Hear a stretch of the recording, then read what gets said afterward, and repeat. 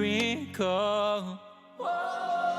You came into my life just like another season.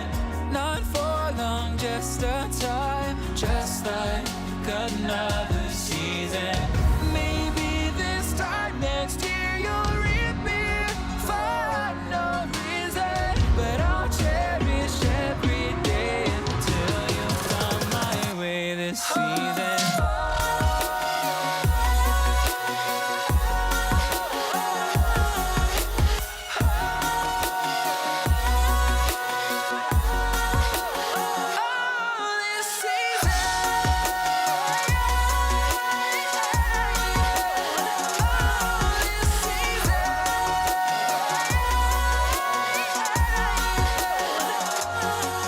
Each time of year carries memories, like a never fading whisper in the breeze. Oh, we will keep on changing all over again. Yeah, we will keep on changing, just like another season. Don't want another day without you by my side. Oh, this season.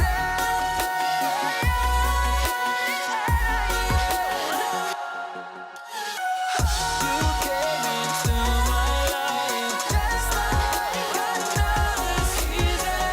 Not for long, just a time, just like another season.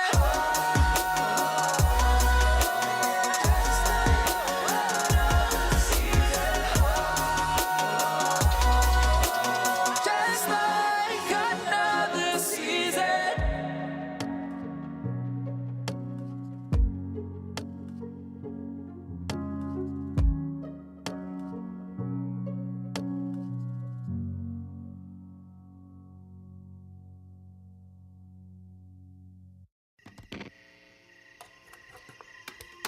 Is it okay if I'm to say I'm catching feelings from all the dealings? Am I astray? What do you say? How are you feeling? Is it the same? I hope you're not planning to waste my time. To my surprise, that was her reply. Now we vibe. It's been a while and such a ride, the stars align. I love the fact I didn't let her go. She loves the fact that I just let her know. Now we're together, it's a different mode. We getting crazy in a different role. I love the fact I didn't let her go. She loves the fact that I just let her know. Now we're together, it's a different mode. We getting crazy in a different role. We getting crazy in a different role. She loves the fact that I just let her know. We getting crazy in a different role. We getting crazy in a different role.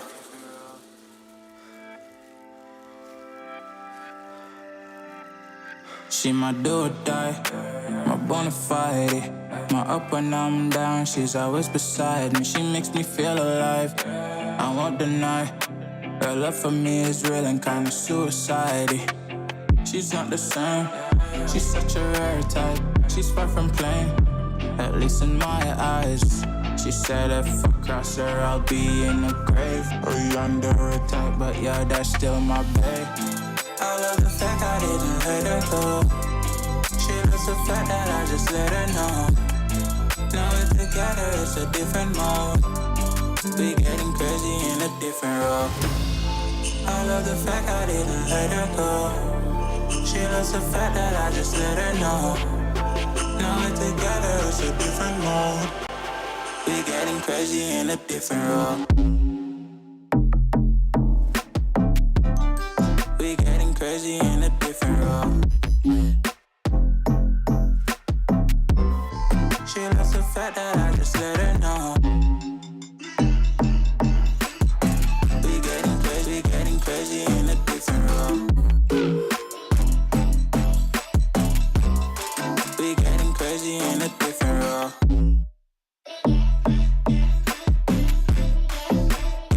crazy in a different role. We getting crazy in a different role.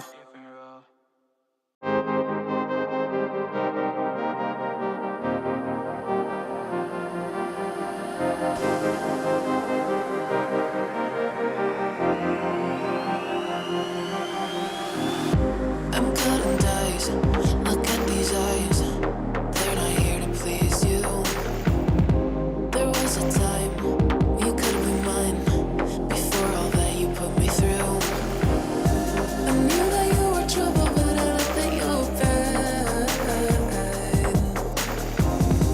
I'm living in this bubble and it makes you so mad. You can say hello, but I don't need you to like me. Don't need you to like me. Don't need you to like. You can watch me go, 'cause I don't need you to like me. Don't need you to like me.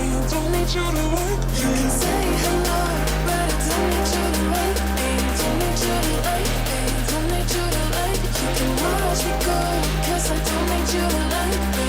Don't need you to like me. Don't need you to like me.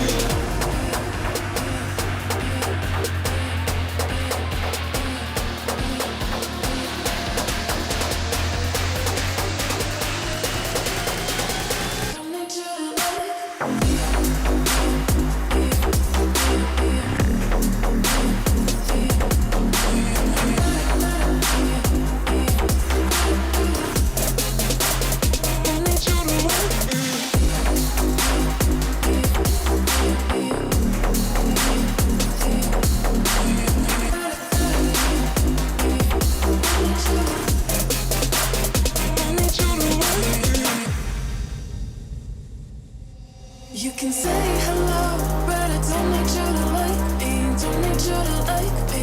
Don't need you to like. You can watch me go, 'cause I don't need you to like me. Don't need you to like me. Don't need you to like. You can say hello, but I don't need you to like me. Don't need you to like me. Don't need you to like. You can watch me go, 'cause I don't need you to like me. Don't need you to like me. Don't need you to like me.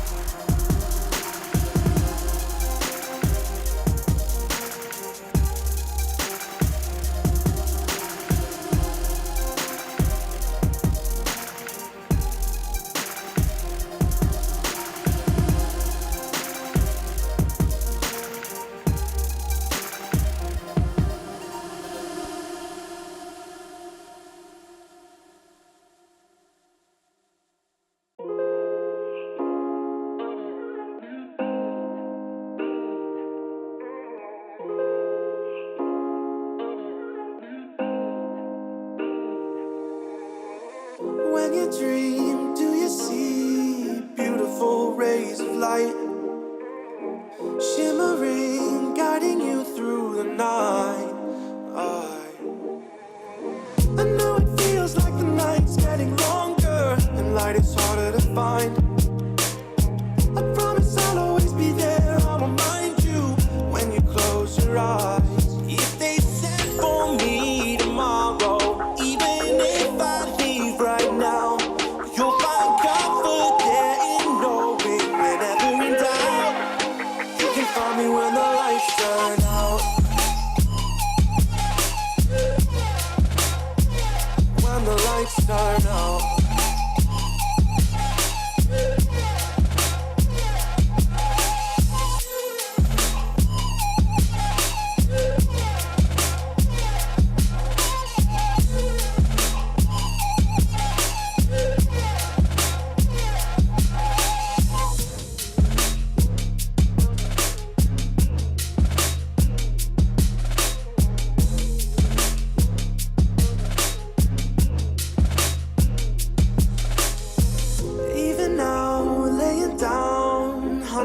of miles away. I can see you and me like it was yesterday. I know it's not the same, but I'm still behind you every step of the way. Look in yourself and I'll be there, I can guide you. All the love is the same. If they send for me tomorrow, even if I leave right now, you'll find comfort there in knowing whenever in doubt, you can find me when the lights turn out. When the lights turn out, you can find me when the lights turn out. When the lights turn out, you can find me when the lights turn out.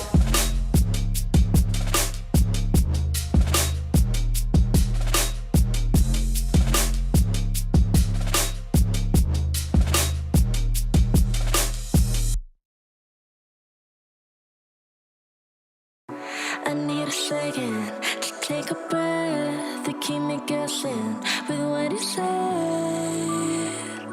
You're in my head. We're under pressure, we're sinking deep like stormy weather. Can't seem to breathe when you're with me. If you're gonna break me, I know I won't stay. I don't wanna wait here, you push me away. If you're gonna choose, you don't know what to do. I don't wanna lose you, but don't wanna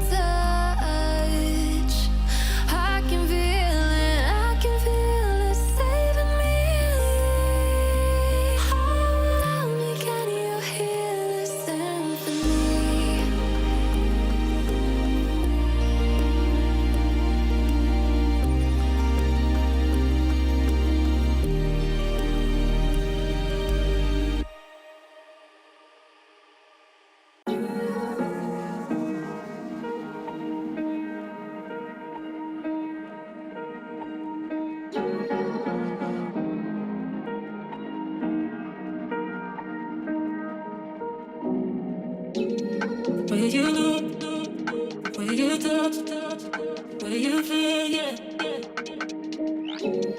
Where you look, where you touch, where you feel, yeah. Yeah, yeah, yeah. Can we talk about me and you? Can we talk about the truth? I wanna know, I wanna know. Can we talk about me and you? Can we talk about me and you? Can we talk about the truth? I wanna know, I wanna know. Can we talk about me and you?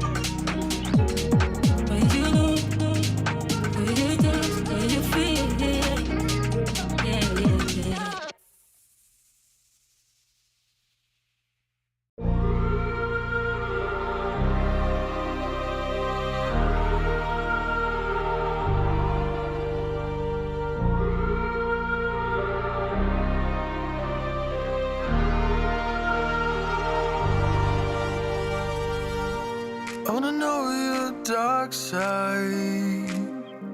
I wanna know your secrets. I wanna be your lifeline. So I wait for you, wait for me. Wait for you, wait for me. Tell me you're more than just a highlight. Pretty pictures on the outside. I hate to stare at you through these lights. So I wait for you, wait for me. Wait for you, wait for me. Click and scroll, I can't let you go. They say I'm addicted to you. Click and scroll, I can't let you go. They say I'm addicted to you. Oh, oh, this ain't love, no, no, this ain't love, no, no. Howdy, everybody. Welcome back once again to NECC R6. We're on our second day of our Nationals contention. I'm Treasure. I'm joined here by the beautiful Yali. Hello, and how is everyone doing tonight? So tonight we have a very exciting game. This is going to be University of Ottawa Garnet versus Purdue Gold. Now, Purdue Gold has a bit of a history winning the playoffs and really just being an overall very talented team to make it this far in our nationals. Yeah, a really impressive roster right there, but Ottawa Ghana has brought it back to another chance to play up against the Titans, Purdue Gold. They've done pretty well for themselves with a third and fifth place across these last two seasons in the spring and fall, respectively. So they also are quite a formidable roster in the Legends division. This is where that top level competition has historically been for the NECC. So these two should be pretty exciting to watch here. Yeah, no kidding. And I got a question. How do we know that this is the top level competition? Well, I'm glad I asked because I'll tell you right now, this is the Legends Conference Finals, best of 5. And that means we're going to have 5 maps as well on the board. So we're going to go ahead and take a look at that real fast. Yeah, starting us off, Purdue Gold is going to pick Clubhouse, followed by Ottawa Garnet picking Skyscraper of all maps. Actually, not a map that I have seen or I've had the opportunity to cast very often, so I'm definitely looking forward to that one. Followed by University of Ottawa Garnet pulling out Chalet, and Purdue Gold picking Oregon with Cafe Dostoevsky as our decider should we go to a map 5.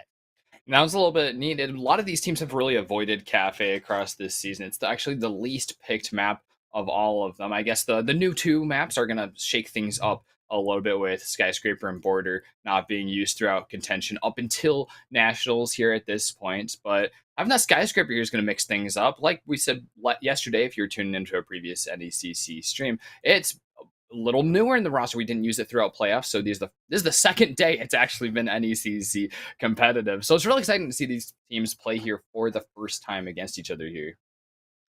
Yeah, no kidding. And not to mention, I mean, a lot of just a lot of progress made to get these teams up to this point. So, why don't you tell us a little bit about what the stakes are for these teams during this matchup?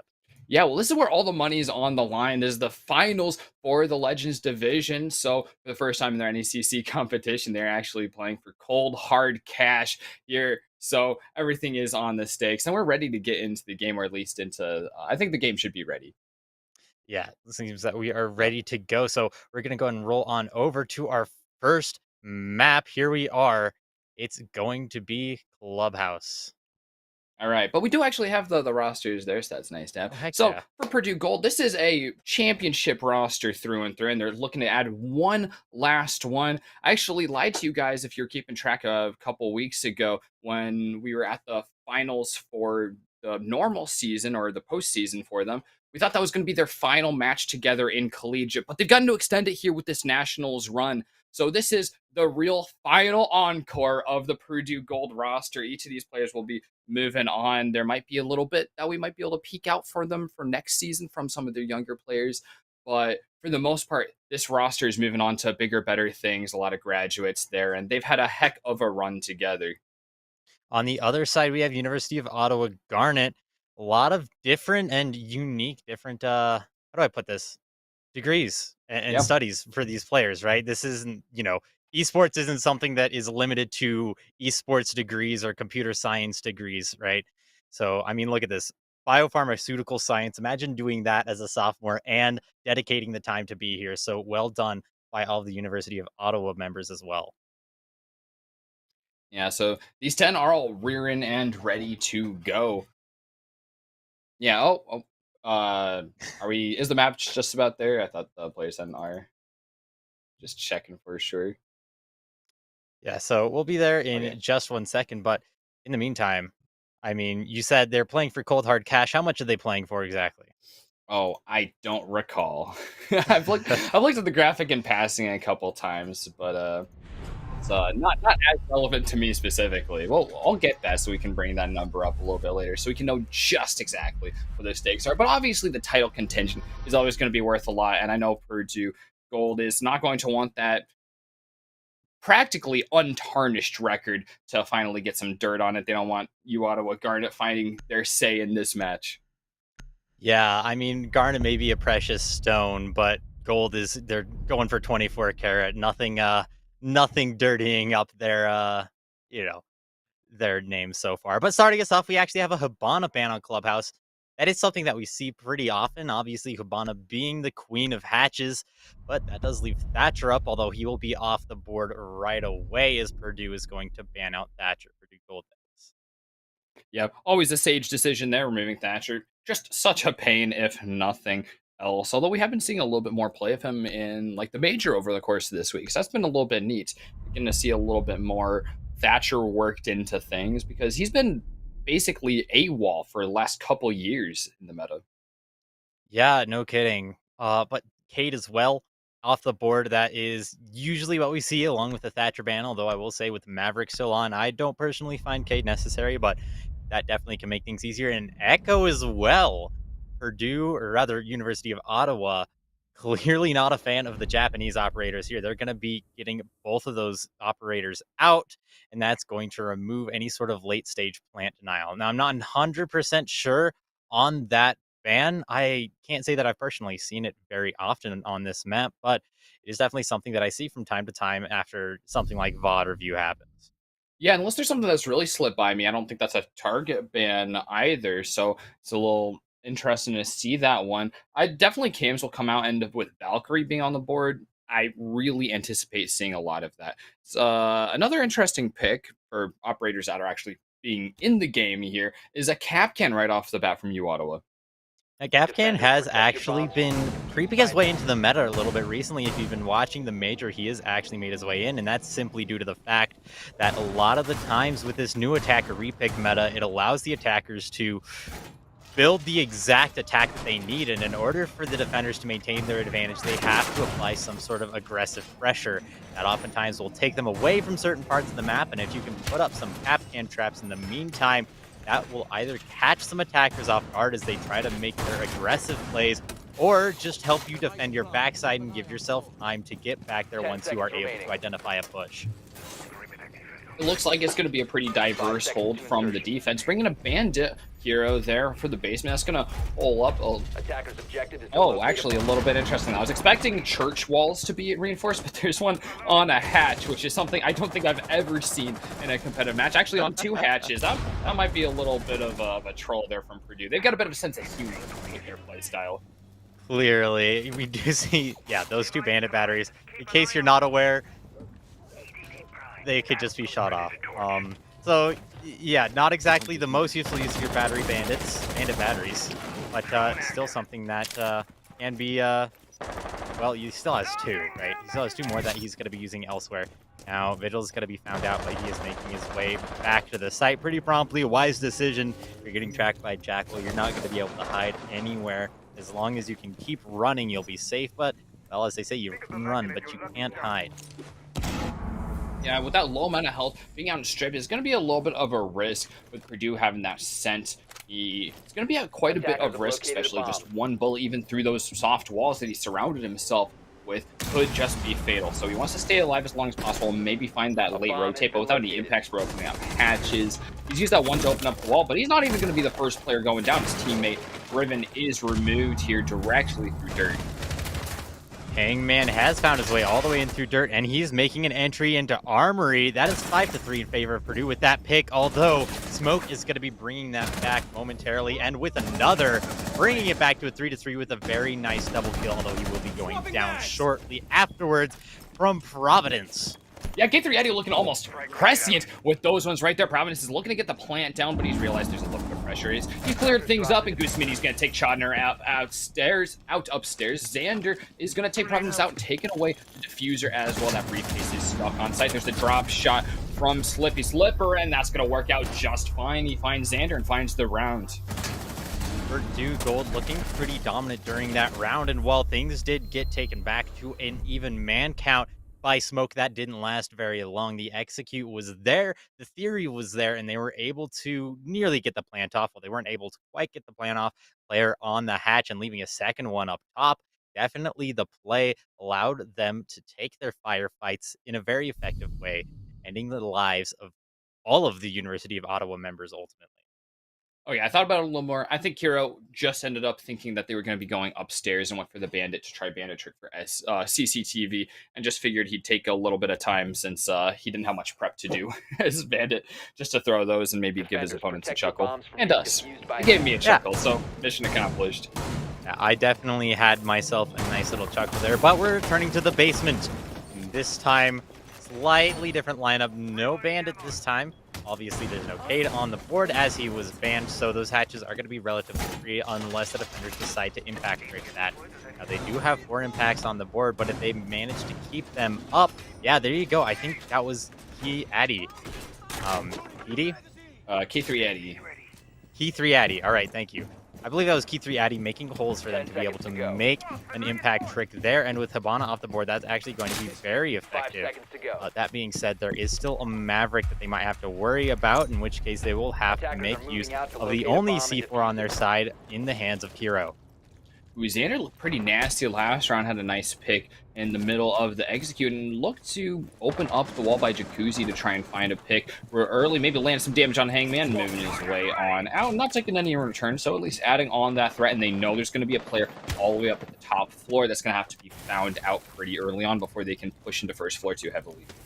Now, with this first floor push, obviously we see them opening up dirt. Dirt is very important because if they can get pressure through dirt, that applies a lateral line of sight all the way through Armory. And K3 Addy doesn't look to be paying too much attention. He does have a shield in front of him, and he is going to be the primary pressure applier of this hold in dirt.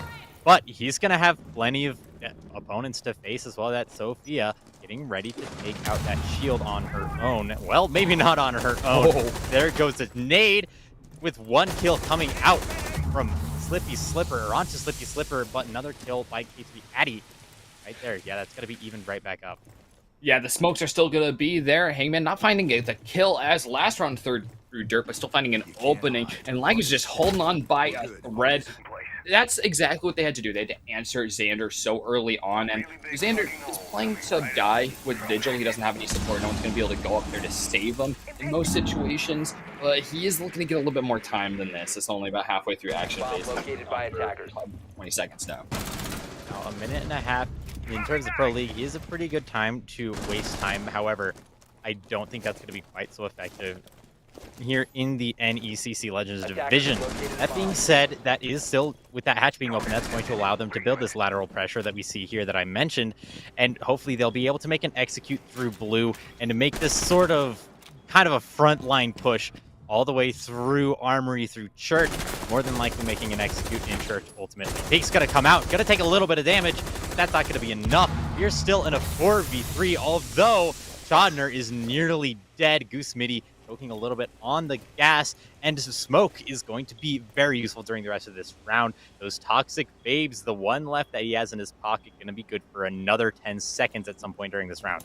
I love some good smoke gameplay, and K3 Eddie's doing such a phenomenal job at choking out the offense right now. Purdue, very few teams can slow them down like this and put a stop to the push, and right now the smoke is doing so much work. Riven is even poised up. A couple angles are watching that dirt, so even though Hangman's a great shot, he's going to have to take multiple gunfights at once to get in. He's going to rely on his teammates to create that opening. It's probably going to be another drop shot from the hatch. Goose Midi gets his way in, and Providence actually going finding the kill there, taking out Riven and open up a bit of spot. Goose Midi is pushing up just like I suspected, but Chodner still in that position, is still hanging on, doesn't take a bullet himself, and Hangman is there to cover everything up and finish out the round once again. Beautiful play. This crossfire right here is exactly what they needed to prevent any sort of an entry or a push onto the onto the attacking player as he was planting the bomb. So that positioning really solid. They managed to get a foothold in Armory, and ultimately that's all they needed with a couple more kills. And after all, Chodner had maybe 1 health left. That ended up being a pretty easy round for Purdue Gold, and that is number 2 on the board in favor of Purdue Gold. Well, I don't know if I'd really speak down the U Ottawa defense right there. That was a much tenser round, and even running it back on the same defense, which is a risky play in a lot of situations, especially if a team like Purdue is going to walk right through the defenses in round 1. Running it back and taking so much more time and taking a couple more kills, I really like to see that. And those small adaptations, definitely the addition of a more relevant operator for Hero helps, and a lot of add a little bit more in that utility sense. But now they're heading up to CCTV. They're going to switch something up here because Purdue is still plenty comfortable attacking basement. Yeah, CCTV, I will say, is not necessarily the best side, especially when Maverick is on the board. So I reckon we're going to see Slippy Slipper making quick work of that wall, much like a hot knife through butter. That being said, there are still plenty of layers of defense. After that gets opened, there's going to be this player on top red that you need to clear out. There's the shield in the radio corner and the rafters player. So that is a nice little triple crossfire that, unless you get to those positions smoked off or cleared out, you're not going to be able to make any sort of an execute onto the site. Lager's is going to make some ground here really quickly with the Gara hook. Not for getting into the building, but for getting over to the other side of the building. That way he can get some better angle and maybe push in through logistics or something, which would actually be the perfect push right now against this U Ottawa defense. They're really holed up more on the southeastern side of the map, focused up on CCTV wall especially. And this is always going to be your first point of attention for sure. But the fact that construction was clear all the way through prep phase is actually a great opening for Purdue. Construction already clear, but that wall as well already going to get opened. There was a little bit of a hang up there, but it didn't last for very long, and there goes a shield. That is going to be one of your crossfires out, and with another kill, Goose Midi finding a kill through the wall, we now find ourselves in a 4v3 in favor of Purdue. That's 4 operators to 3 as well.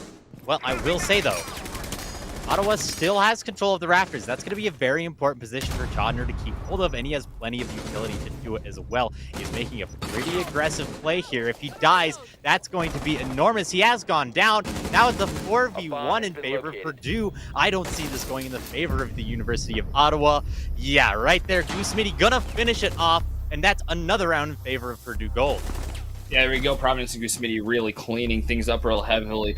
With that 4v3 was actually looking pretty doable because the 3 U Ottawa players were in those great core positions that they could actually cover each other's angles so heavily. But it's one of those times where Purdue is just winning some gunfights. They're engaging with no hesitation. You look at that final kill cam, and Goose Midi just walking forward and knows exactly where the head's going to be. Going to pre-fire it just a smidge. You've got plenty of bullets to deal with one person.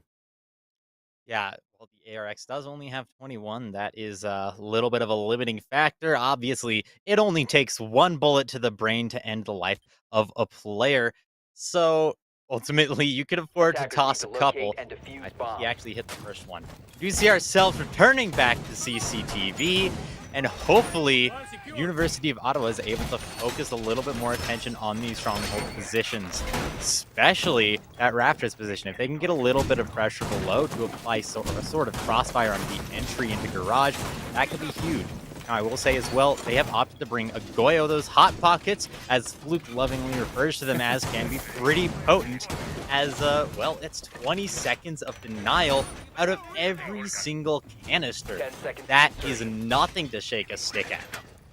Yeah, I cry myself to sleep some nights thinking about that loss of Goyo shields. I loved them dearly, but the new ones are pretty exciting too, actually. 20 seconds is a painstaking length of time when you're on the attack, and there's only one way you could go. And those dying seconds of the round, and a lot of rounds come down to those 30-second pushes and executes directly onto site. And in 20 seconds, that's already eaten up by a Goyo canister.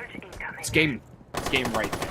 I like the decision on the defense as well, switching Kira off of Bandit, actually, because Purdue took no time to deal with those Bandit traps. It's only a couple seconds that they'd be buying with that operator, so someone who can guarantee 20 seconds on a few different positions is going to be way more contribution. Rook is actually going to find that spawn peak even after being spotted out. Oh my goodness! What a lucky shot there. That's going to be a nice little hip fire to clean that up. And although he did down Capitao, obviously there is a Finka on the board and he's going to pick him up. However, still finding the opening pick and a lot of damage on Providence. Goose Midi only shut down once, is watching this angle, contemplating throwing a nade in, but they don't have the intel. I think he's going to be waiting on another teammate to throw a drone in there. Maybe make sure that there's not that 2-time sight staring down their backs. And, well, he doesn't even need it. Maybe get a little bit of intel there. But Goose Midi's going to find that headshot. He's got the bigger gun with an even bigger sight than the 2 times to be dealing with as well. Reven pulling out a beautiful shot onto the platform, leaving Hangman alone to contest this angle. He does manage to find a couple more hits onto that person, and one more onto the garage door. That is a beautiful play by Yeromai and exactly what you need. He is between a rock and a hard place, though. All he can do now is hope that his teammates are able to support him as he tries to play his life in this position and not give up Raptors. Speaking of support, there it is right there. Beautiful team play from the Red Stairs player and the player Goyo playing in lower garage. That is exactly what you need to save that spot.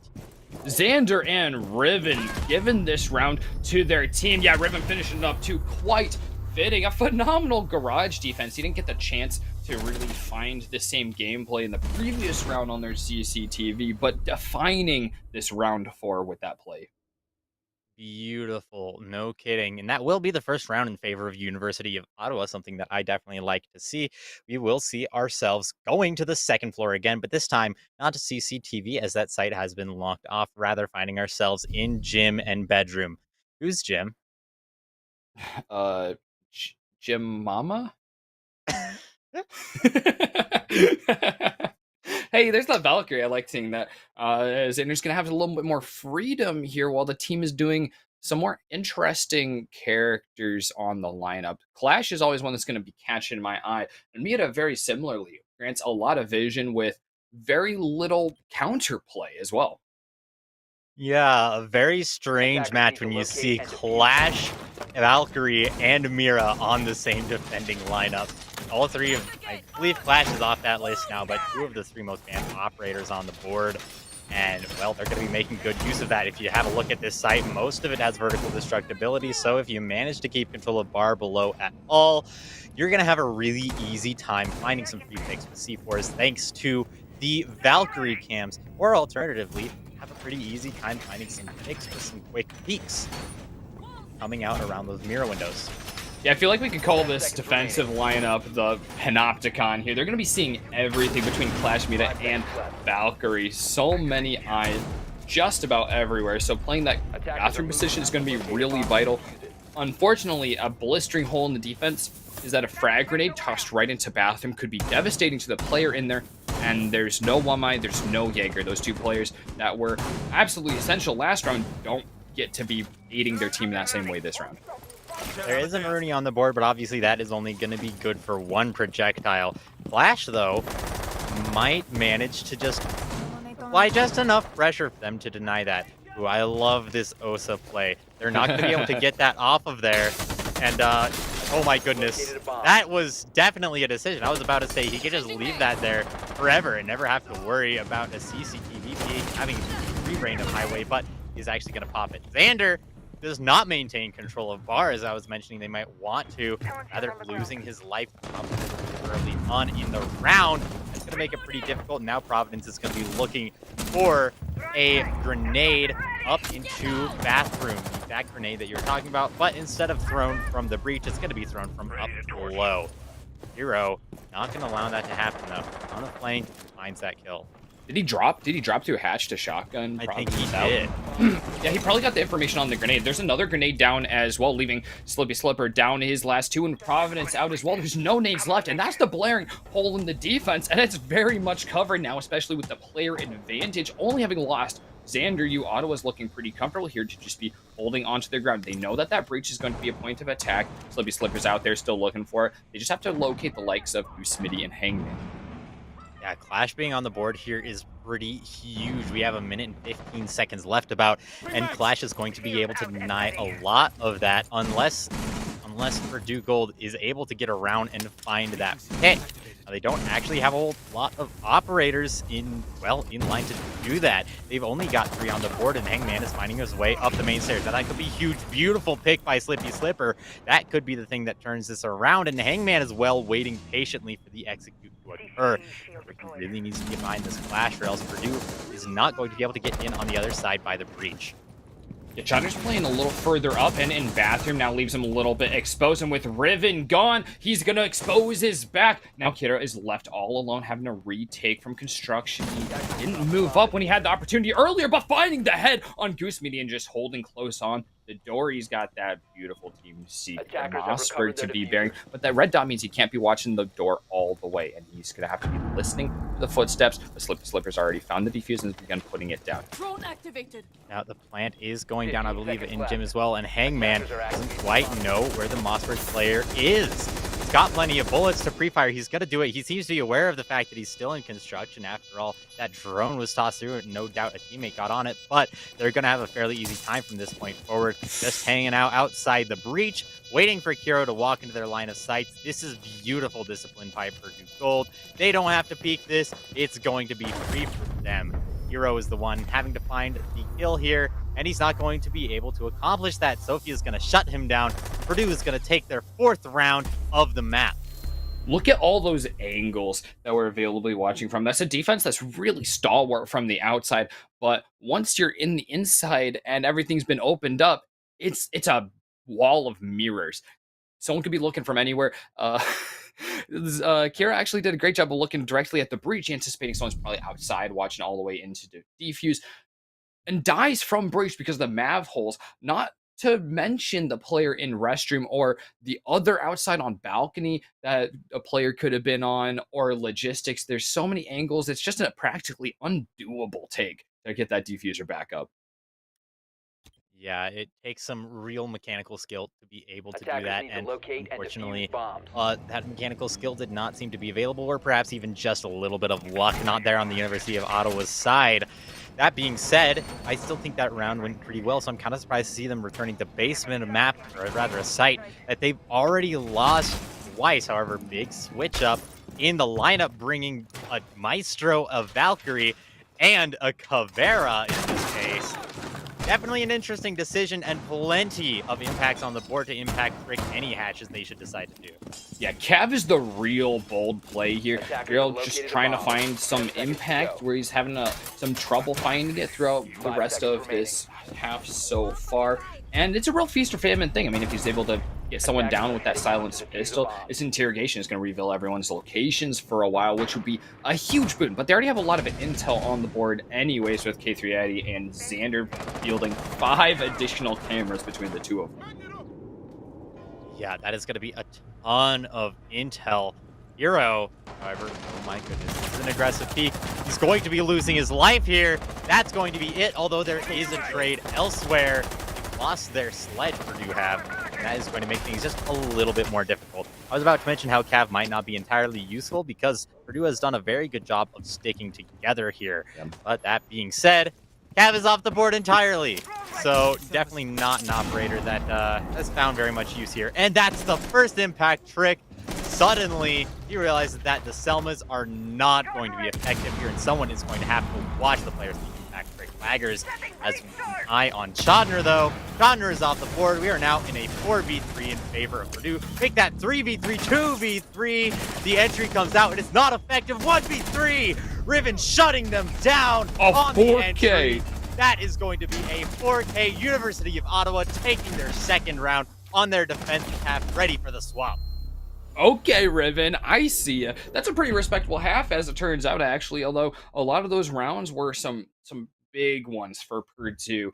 Ottawa's going to say that they can find their options on the back of a couple big plays from Xander and Riven, between those especially, but the rest of the rounds are definitely contestable as well, so they just have to find their impacts. They're losing their defense half, which is historically more advantageous on Clubhouse, especially if you're playing with discipline and playing around the corners and angles that are advantageous to yourself. So this might hurt, especially against a really regimented team like Purdue. Yes. Now, the regimented team like Purdue Gold here is going to be opting for Church Attackers the need to first locate time, and just defuse as many bombs. the University of Ottawa did. Now, here's the question. Are they going to have a better time here, right? Ottawa lost this twice before finally winning it on the last round due to Riven finding a beautiful 4K. Now, let's have a quick look at the differences in play here. And honestly, this looks... Actually, I think this is the exact same lineup that University of Ottawa brought on their first attempt at this site. I like that. It's a respectable way. Oh, well, except for the Bandit. The Bandit is still mystifying. But, yeah, here, this is the application I was anticipating a little bit more. A lot of times you'll see a Kaid doing that, because you can also get at least one hatch if you're using it for the walls in Church as well. But Purdue is going to be fine with those hatches going. Habana's off the board anyways, which means that the sink of utility that you're going to be putting on using like ace charges is already going to be enough to make it fine. You can just let their opponents have that. It's going to take 2 out of 3 of Riven's charges to open it, or 1 breaching charge from Xander. They only have the capability of opening 3 hatches total if all of that gets used. Now, I really like the option, really opting to bring these can openers. That's going to allow a lot of, well, open utility. That allows Ace, as we saw, to open up dirt by himself. And now it's going to be up, more likely than not, up to Xander to get that hatch open. He also has a skeleton key, so that is going to be a lot of vertical pressure applied However, vertical pressure is not going to mean much if they don't find the Vigil on the top floor. He is ready to open up a hole here and start shooting down below to kill anyone who might be trying to get that hatch. Slippy Slipper, though, already going to find a kill onto Kiro. That is going to open us up in favor of Purdue. Yeah, they're feeling good here, shutting down what they've been presented with, and already they're getting away with some more ambitious plays. Laggers actually peeking out at the very beginning of the round and running back down main stairs. Got away with one he probably shouldn't have been able to, especially getting pinged out. But the drone was a little bit behind, and I think the player on it was the one who had to react to it, didn't have someone act or ready fast enough. That's a Selma going out on the soft floor. I'm not sure if that's intentional, just to open up. Oh, no, that's rough economy. You don't want to be using your hard breach to just open up holes. These holes are something you're going to use to remove players from armory with your gun. That way you can use the hard breach to get everything. And that's the a little rough. K3 Addy is doing a lot with the gun right now, but this is the part of the round where you really want to be hammering open the floors, doing those renovations that allow you to remove players from downstairs hallway and from armory. Just looking at the utility that is still on the board, looks like we're going to be seeing Moto Hatch getting opened up, and more than likely we're going to be seeing a church execute. If they are able to take control of Moto and the bottom main, then that could offer them a very good foothold as they start to make their way into sight. However, there will be no opening of the church wall, and Purdue loses another member. They are now 2-4. This is not favorable. Can Laggers and Hangman hold on? Going to be the question of the century. Hangman watching that hatch, going to be able to deny that drop more than likely with the SMG-11. And once that drop comes out, well, he's going to have his guns up in order to deny that. He is going to take a little bit of damage. Quick trade comes out. And now, well, where is the diffuser? He has a hold of it. He finds one. He finds a second. That's huge. What a clutch by Hangman as K3 Addy disconnects for the final kill. Oh, man. A huge 3K there from Hangman. We're going to pause for a second here to make sure that we've got everybody back in right there. But the attack had no intel inside. It took too long to kind of waffle on utility, unfortunately. Like I said, you really want that sledge to be opening up the floors. That's like the first thing you do once you make sure that there's no one shooting directly into kitchen.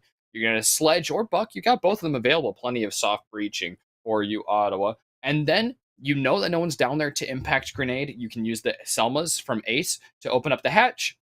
And then that's the first part. That's like your first phase of the rounds. You don't want to have to be using a can opener on that hatch with 30 seconds left, because at that point you're in a drop or lose situation. You have to drop and get that diffuser down with Hangman still holding on to some smokes. That is a dire position to be in. Yeah, no kidding. Now, I will say that could have probably been executed better. They could have taken control of dirt and made an entrance through there.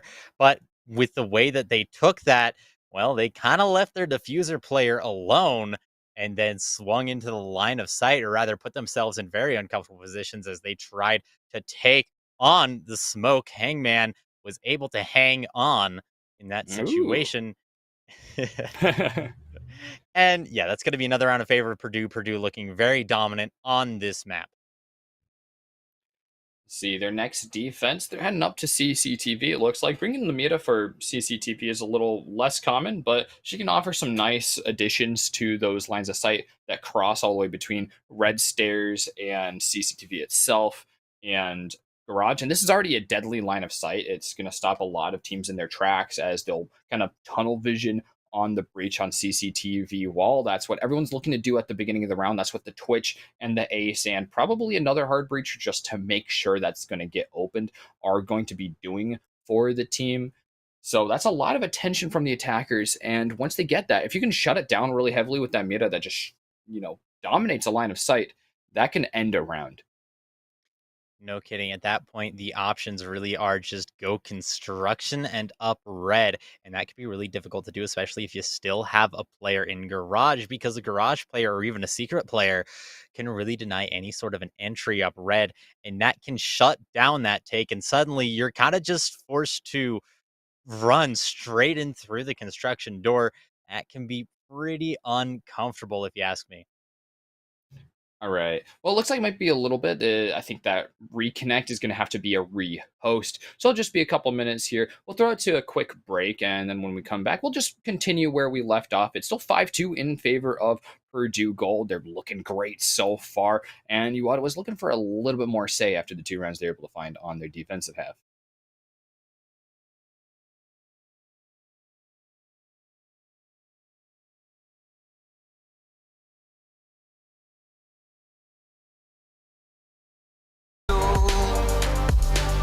This ain't love, no, no. This ain't love, no, no. This is artificial.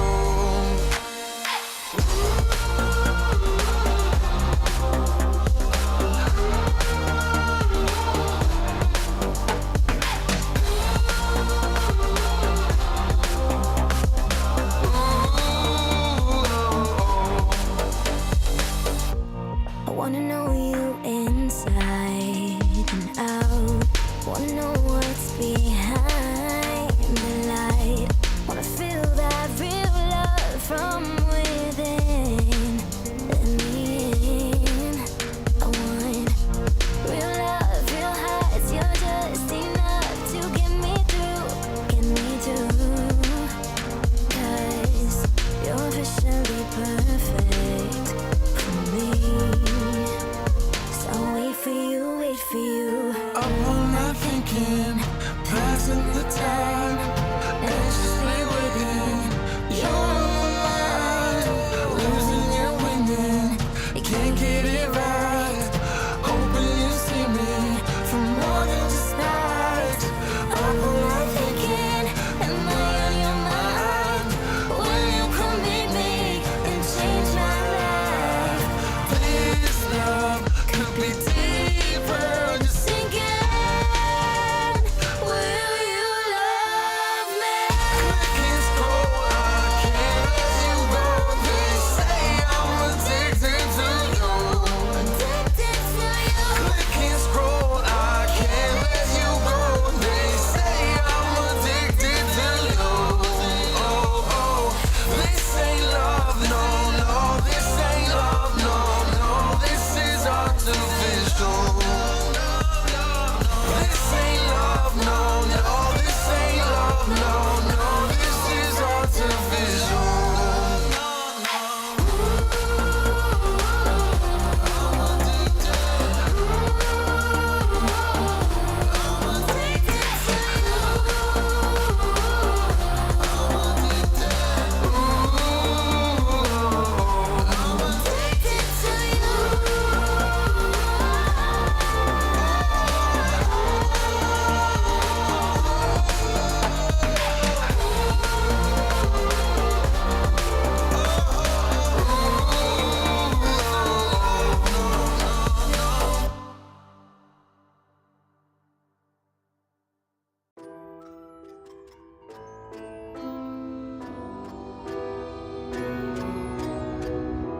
I need a scarecrow after what you did.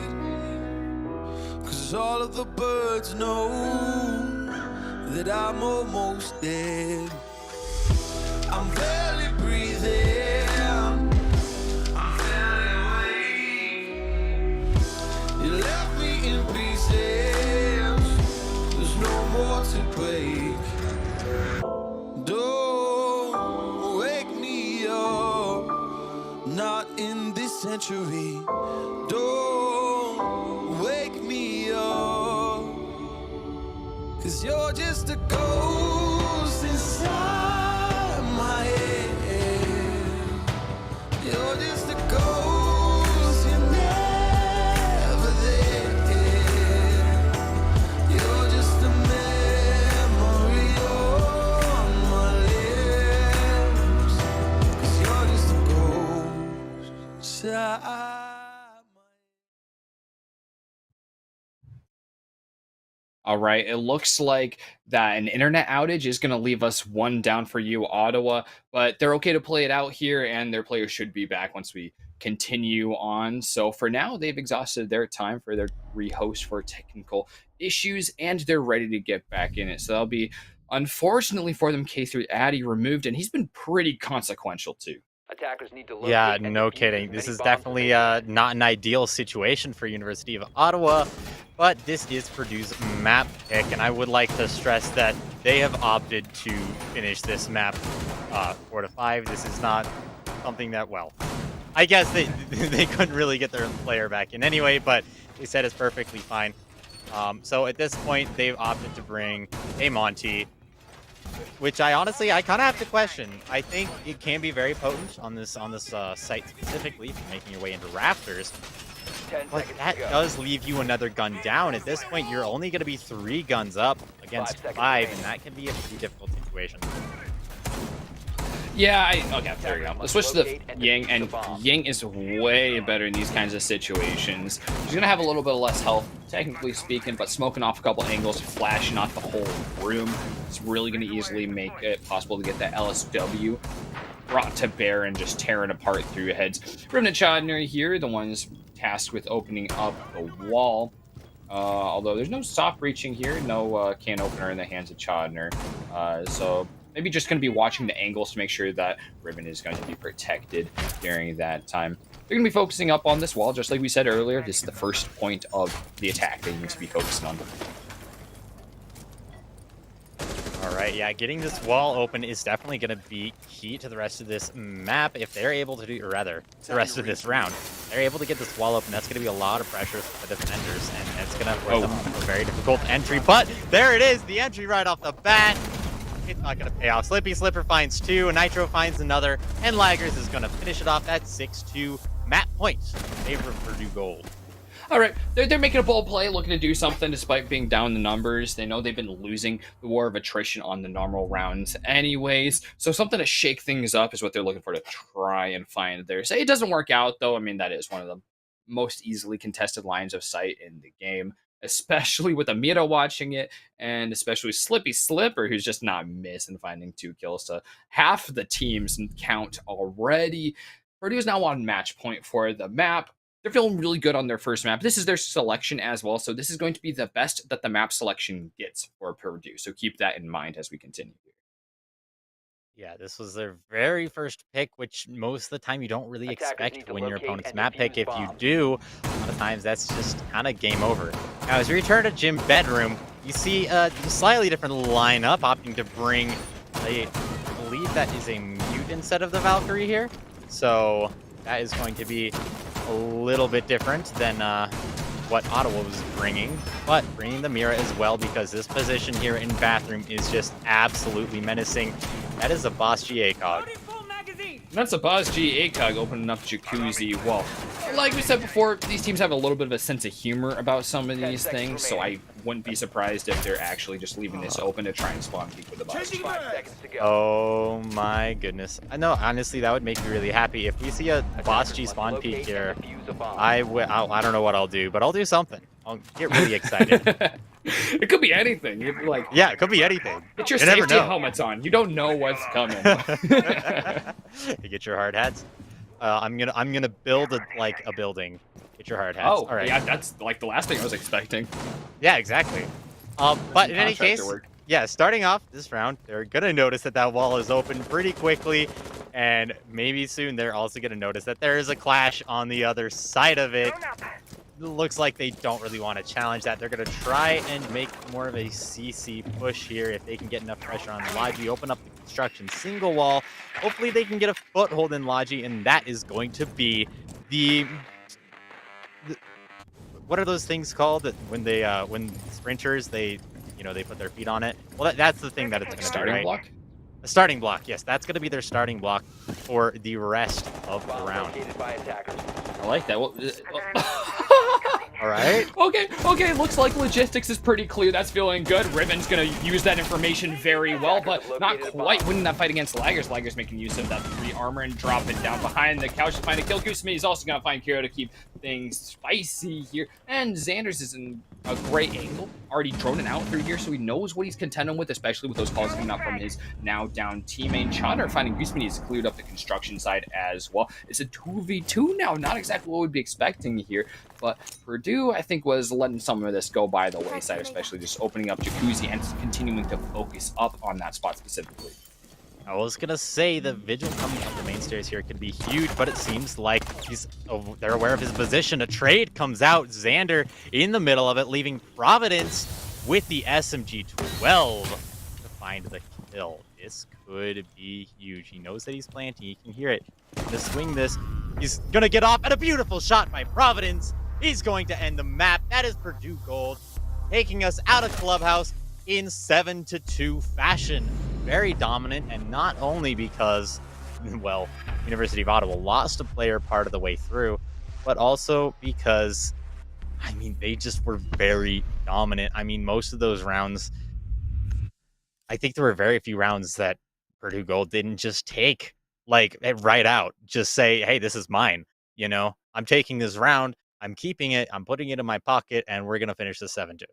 Yeah, that was definitely the precedent that was set through the first half, so it's not too surprising to see things continue along that trajectory. And again, Purdue Gold, just such a dominant team on their most preferred map right here. You ought to allow that to go through. They're pretty comfortable on Clubhouse too, but just not as firm with their angles as Purdue. So that's going to bring us to map 2. This will be the Skyscraper, U Ottawa Garnet's choice, and the second day that's actually a legal map in NECC. So we'll keep things a little bit spicy for you guys just after a quick break.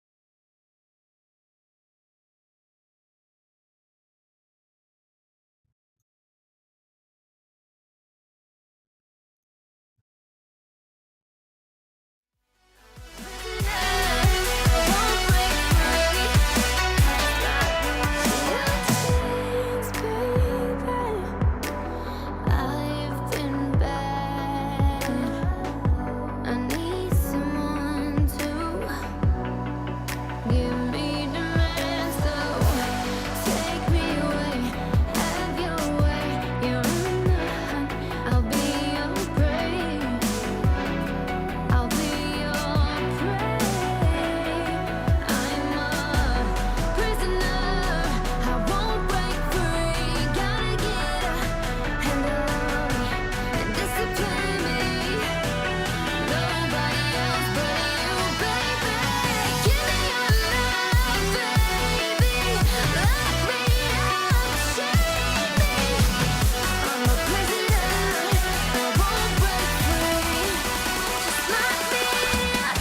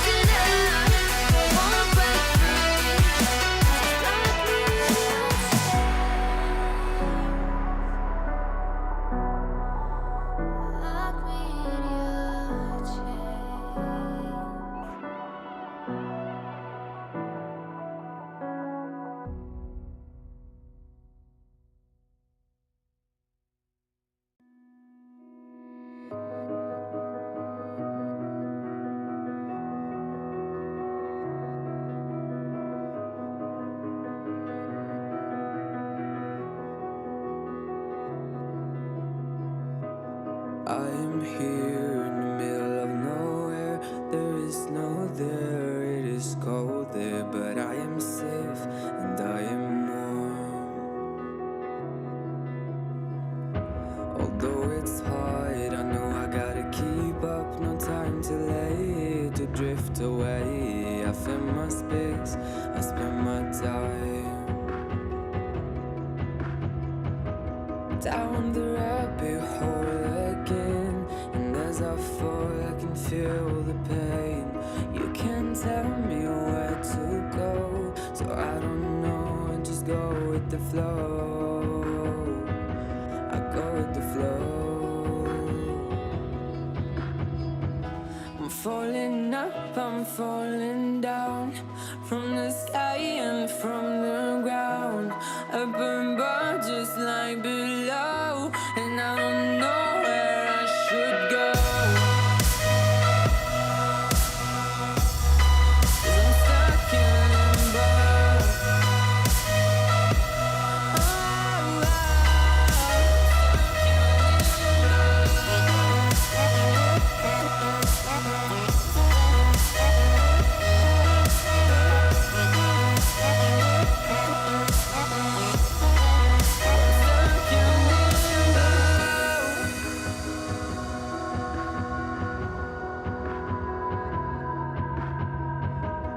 I'm out of love, but I guess I deserved it. Trying to hide, to pass you by. I'm getting down, I'm feeling fine.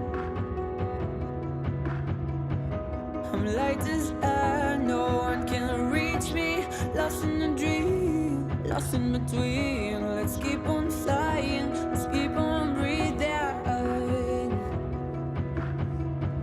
I'm falling up, I'm falling down. From the sky and from the ground. Up above, just like below. And I don't know where I should go. 'Cause I'm stuck in limbo.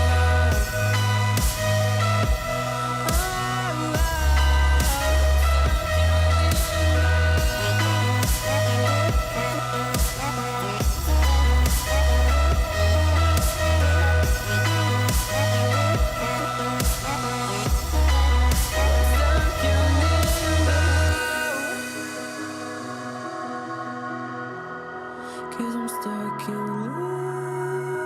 limbo. Cause I'm stuck in limbo.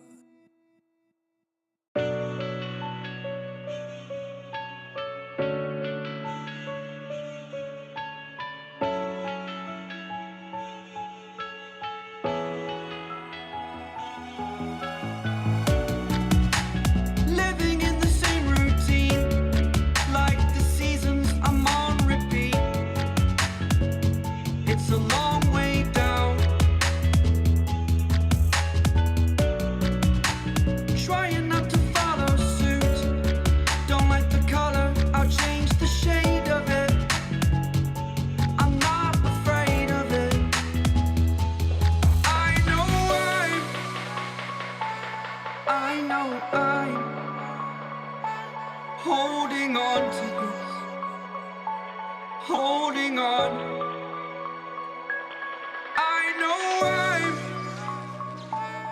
I know I'm holding on to this. Holding on. Don't let me repeat it.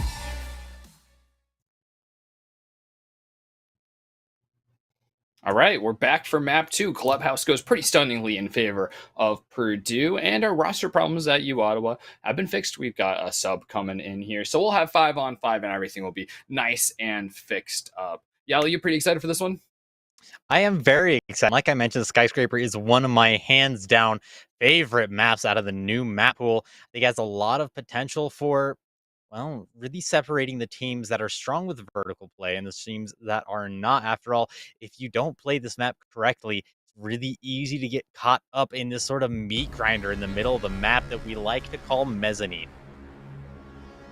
Yeah, that's a great area. I love the addition of that overlook after the rework, and seeing this being more commonly played here for the collegiate players coming in the last couple months. In some other leagues, both these teams I think are involved in other leagues, so they've seen some other play with it, but this is the first time they get to square off against each other on this map here. So it'll switch some things up there and allows for more of that vertical play, if not just the soft destruction. And both of these teams do a really good job at securing soft destruction and keeping their eyes to the floor and ceiling.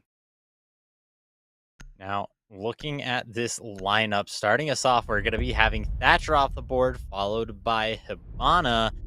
University of Oh, Ottawa does not seem to be a big fan of Hibana. Purdue, obviously, since they didn't pick this map, will be starting on defense. This is a defender side of map, so not crazy to see. And the University of Ottawa is about to see our first defensive ban with Amira off the board as well. yeah, it is interesting. The meta was used quite well by Purdue previously, and Purdue's going to be starting things off with the attack strong opponent to be matching up against at any time, even in the best of times. And that's your real normal stuff right there. Purdue knows that they need to remove it, and thusly the Kaid as well to make it a little bit easier, especially in these vertical plays. Yeah, now, obviously, starting us off, University of Ottawa, or sorry, Purdue. Sorry, they've swapped sides now since since this is the new map. Yeah, Purdue is gonna have an option of where to go, and they're gonna be picking exhibition room and office. This is actually the site with the highest defender win rate, so not entirely surprised to see them here. And I don't think University of Ottawa is expecting this. Ying and Amaru on the board, along with a Lion. I don't know. What do you think that lineup says? I actually like what's being brought on both sides here. Valkyrie's going to give a lot of intel. Pulse definitely looking to be playing from below, while Goyo is going to be covering, especially by black stairs and at the top of those. We've seen recently a lot of great plays come from that side, and Osa is phenomenal there, more than just about anyone on the roster. She's able to set up her shield and keep eyes back on, keep the flank watched by the shield itself, and keep eyes forward with a gun. Reaching up to that second floor is going to be a quick move as well, and with the Osa not there, potentially is soft blocking away from her. But Axon Solo, that sub that we have in here, it has the Amaru, and that's going to allow him to get access to that balcony really quickly and start pressuring without wasting time throughout the very beginning moments of action phase. Now, there is no Nomad on the board. Oftentimes, Nomad is very popular on this site, just given the fact that there are a lot of runouts, especially that one from Terrace onto that long balcony by the exhibition wall, or sorry, the office wall. So, kind of surprised to see Nomad not on the board. Even with her recent nerf, it can be devastating to a player who attempts that runout. Right, approaching over here actually through black stairs side. I misspoke earlier on which stairs. This one is black stairs, and this is where Hexon Solo is going immediately, keeping that two-time sight trained down the way, right by the mezzanine, finding the first one right off the bat, and finding the impact, saying, yeah, bring me off the bench is the solution here. The G8A one covering so much ground, if not droned ahead. The Lion E1D is going to help him out there, but he's losing his teammate. Finding another one though on Providence. That's a big kill to be getting with Hangman down. Goose Mini and Slippy Slipper all alone, and even then, Goose Mini now has lost Slippy Slipper.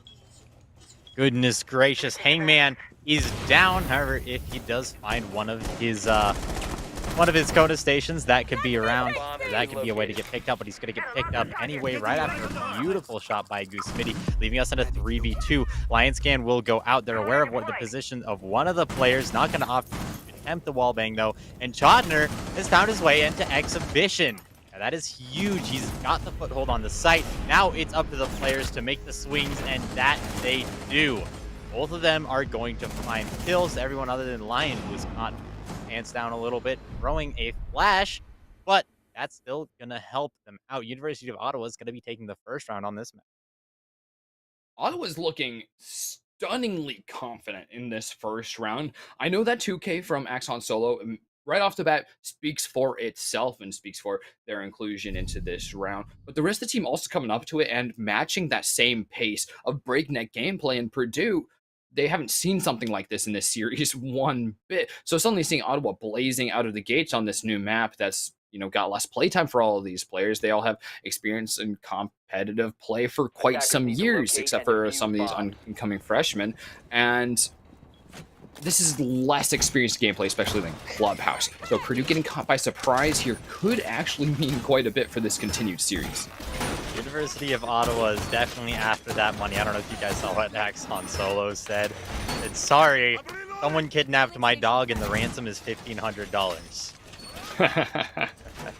I don't think that's true, so don't feel too bad for him. But in any case, that's a real motivation. John Wick scenario.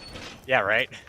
I don't know who you are, but I will find you and I will win NECC Legends Championship Best of 5 so I can get my dog back. 5 seconds to go. A valiant cause, and he's I think gained a fan here in me after those plays and these words of inspiration. No kidding, and not to mention, I mean, just looking at him, he does seem to be a very mechanically skilled player, so looking forward to seeing him throughout the rest of this match. That being said, there are 9 other players who are also very mechanically skilled, otherwise they wouldn't be playing this game. Purdue and Ottawa both have very talented teams, and they're looking to take this prize pool home, so got about 2.5 minutes during this round to prove that they deserve it. And once again on Office, the wall has no electrical or mute utility to keep it up, so that goes down pretty quickly, and the attacker is going to fade away from them pretty quickly. They've got the opening, they don't need it yet. It's just a crossfire to add pressure and take away some additional rotates. You can't move around between Exhibition and Office anymore with this line sight being watched, even if there isn't a player directly on there pointing a gun at it. Now, that is going to be huge. That is going to be the first step for University of Ottawa.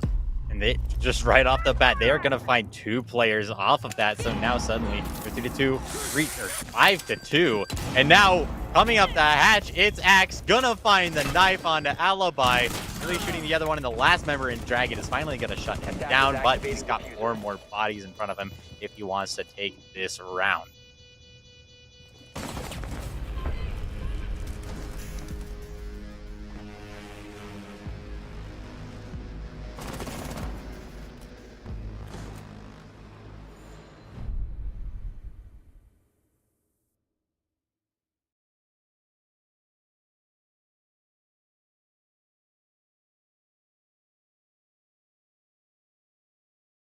Yeah, no kidding. Now, I will say, even that was a completely different push than what they had the first time. The first time, they made a very karaoke over style of push. That time, they took their time a little bit longer, built up the options around the execute very quickly, and then did it immediately. Now, having the strength of mind, right? The wherewithal to just say, all right, we're ready, let's go, and then do it and find all those picks. I mean, that is huge. And Attackers University need of to Ottawa locate and clearly defuse showing that bombs. they have a reason that they've taken to this map. Purdue finding themselves on karaoke and T at this point, so that is going to make it a little bit easier for them. Hopefully, University of Ottawa doesn't have any sort of crazy rush strat like they did last time. But with Blitz being switched to a Dokkaebi Axon solo, sticking the Amaru, a Lion, and a Ying still on the board, I have a feeling this is going to be another very fast round in favor of University of Ottawa unless Purdue is able to shut it down this time. 10 seconds remaining. 5 seconds to go. Attackers must locate and defuse a bomb. On standby.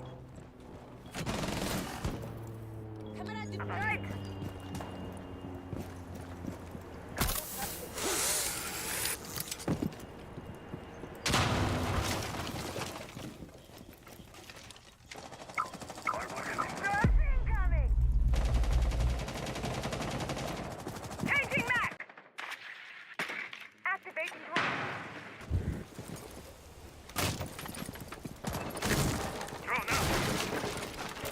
Yeah, it looks like there's going to be a pretty heavy Black Stairs push that can be huge. A lot of teams sort of neglect that side of the map and allow karaoke to be taken fairly quickly. Riven with an entry into Geisha, that's going to be pretty quick. And a few Ying Candles going off, not really going to find anyone, but Geisha control is brought anyway. Sleepy Slipper 94 going to lose his life to Axon solo once again.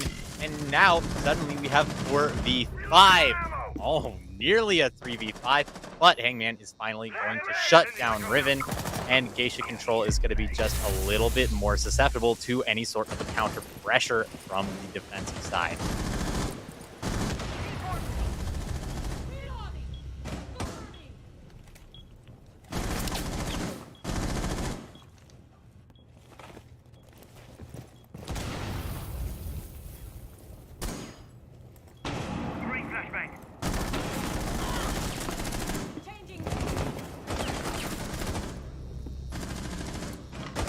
Attackers bomb diffuser has been dropped.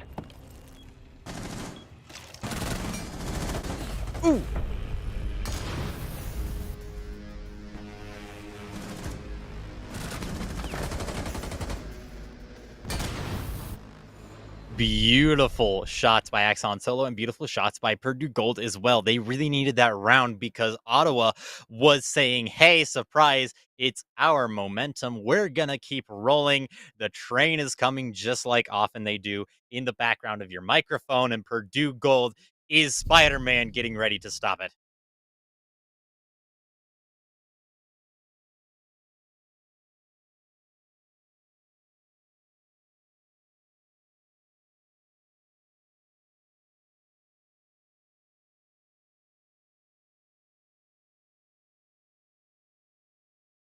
Now, that is very curious. I don't know if maybe they're Attackers need to opting locate and to defuse bombs. bring any operators for the wall denial. I mean, they do have a mute, so that could hopefully at least slow them down. but I have a feeling Axon Solo is going to find a crack and sneak his way in once again. He always seems to do that. He has a knack for that. So unless Purdue is very solid here and make sure that they're playing in good positions and keeping their guns up, I could definitely see Axon Solo being once again a very influential character in this round. Kona on standby.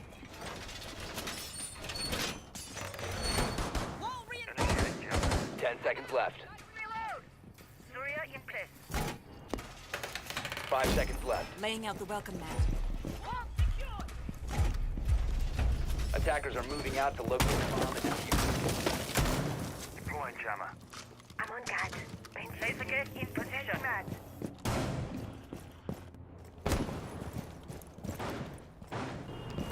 Oh, yeah, no, I have to agree. I do rather like the fact that they brought a Frost, an operator that has a lot of utility to her name. Oh my goodness, gonna get caught out immediately. There you go. There's that luck going out the window. Providence shutting down Han Solo on this round. There goes your 100%, 2 kills and an entry. Rather instead going to be the entry death for that round. But the wall is going to be open pretty promptly already. Upswell getting open, and here's a run up by Slippy Slipper. He's going to find one. 5-3 in favor of Purdue now, although the entry is going to start off pretty strong. Riven shut down. Goose Mitty and Hangman finding a kill each. And finally, Goose Mitty as well going to shut down the Thermite on the attempt to land. And that is going to be the first time that Purdue Gold has actually won this round, or sorry, this site, giving us a 2-2.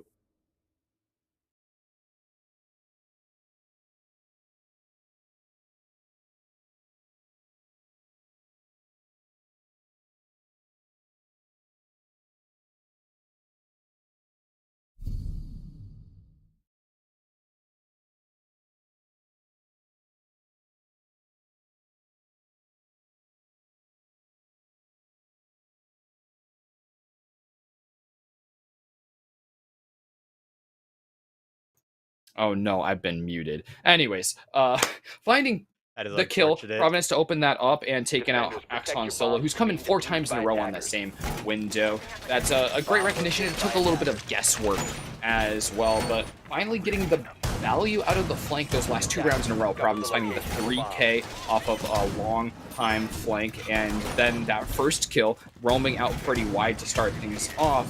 But he's just getting unlucky 2 rounds in a row, and with 2 players on the roam, not getting anything out of them is painful.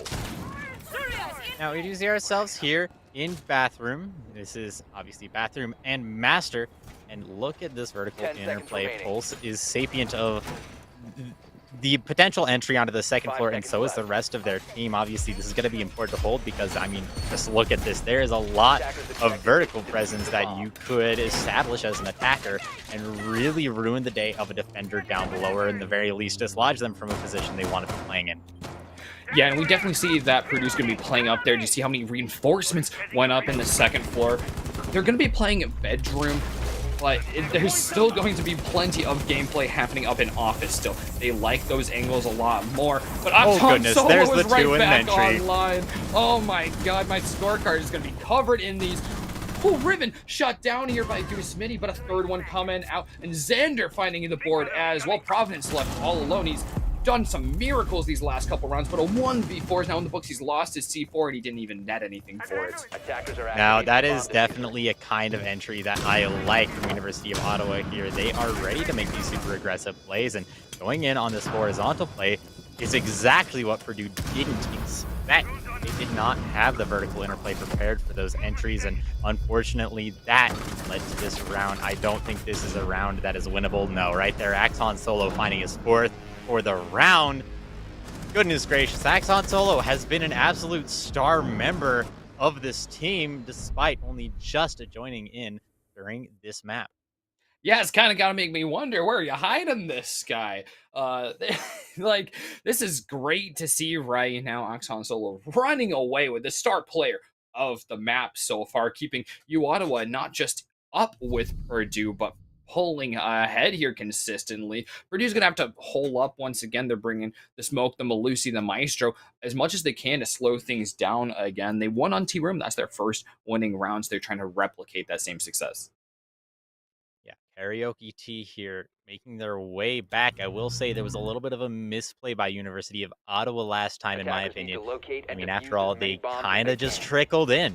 You can say that they had a lot of positions, right? They tried to make this sort of a collapse play here, and it didn't work because they didn't do it at the same time. They managed to take control of Acacia, didn't apply enough pressure from that position, and University, or rather Purdue, was able to just fight back, end the lives of some of the University of Ottawa members, and that ultimately led to their fall as any sort of a foothold they had was quickly swept out from under them, much like a Johnny.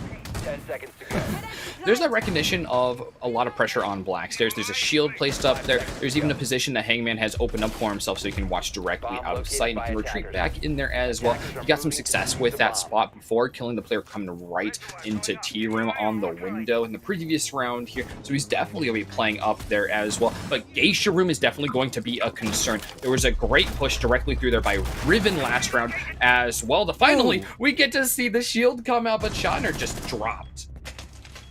Yeah, dropped, but there is going to be the entry once again by Solo, and while it isn't the entry on the round, it is going to be his first kill of this round, and he, fortunately, has found himself in a very uncomfortable position. Slippy Slipper going to find his friend, forcing him back into a slightly different position in Asia, where he's not going to be able to apply as much pressure. Xander on the window, though. Hero below. Look at this. This is going to be a very aggressive up the stairs push. Already there is your Maestro off the board. Hero with another pick, and now we're in a 3v3, but Smoke is going to slow things down just for a minute. On Solo really needs to stay alive here, though, until his teammates can get here, or else he could throw this whole round out the window just by giving up Geisha control. Ooh, they are aware of Providence. It's going to be a little bit of a scuffle, but a beautiful shot by Providence is going to shut down Lion. We are now in a 2v3 in favor of Purdue. All right, they've really stabilized here. Xander is going to be feeling a little bit better with that healing going off, and Oxon Solo is still looking to find that mark. Finding kill on the round already, looking to find that signature second, but Providence with an ungodly wall bang right there, finding another one on the round and feeling quite comfortable as he's really finding his pace the longer that the match goes on, sitting on that 7-3 right now, really only paralleled by Axon Solo in the match. I am a little bit concerned about this lineup right now, I'm not gonna lie. Well, yes, Xander is alone, nearly getting spotted out by Providence once again. I mean, let's take a moment here during all this action, right? Let's look at the scoreboard. Axon Solo has more kills than the entire rest of his team combined. If he dies, I'm not entirely certain that University of Ottawa is going to stand a whole lot of a chance. Now, there is a moment of silence here for Xander to reload. Hangman and Goose Smitty are going to be looking for him. They're more or less aware of his position. But this time, all they really have to do is hang out and make sure they don't die. Getting the diffuser up to the second floor is going to be quite the task in ahead of Xander. That grenade may have looked like a little bit of an off thing if you're not as inundated with the current situation with how very strong grenades are and exactly what that's going to be. That's a spot he knows already. He's going to be covering a player watching the stairs. So that could have been an easy kill if someone was watching right there. Pushes up a little bit further and he just stumbles into one of those angles that the two defenders have been keeping their eyes on. Just a sliver of the uniform is going to be visible through the debris. And that brings another round home and an even half for Purdue. They've managed to stabilize after that absolute onslaught in the first 3 rounds. Yeah, beautifully played by Purdue. Wait to bring it back and understand your opponents. Obviously, you get a moment to keep your guns up and keep your cool, and everything's going to work out perfectly fine. Slippy Slipper is looking to replicate the success of Axon Solo here. Slippy Slipper is bringing the Amaru. Now, will it be the same success that he had, or will that fall apart? That's going to be another question. But here on the other side, Axon Solo is going to be getting active. Oryx, the most mobile operator on all of Rainbow Six, is going to be brought, and he is going to be making his way up hatches, through walls, here, there, everywhere. Oryx is definitely going to be a force to be reckoned with during this round. Yeah, I don't see any reason for Axon Solo's gameplay change here. He's got a lot of the same abilities as that Amaru is insta-locking prior. On the other side, though, I would be actually a little surprised to see the same kind of aggression if Slippy Slipper were to lock in Mario.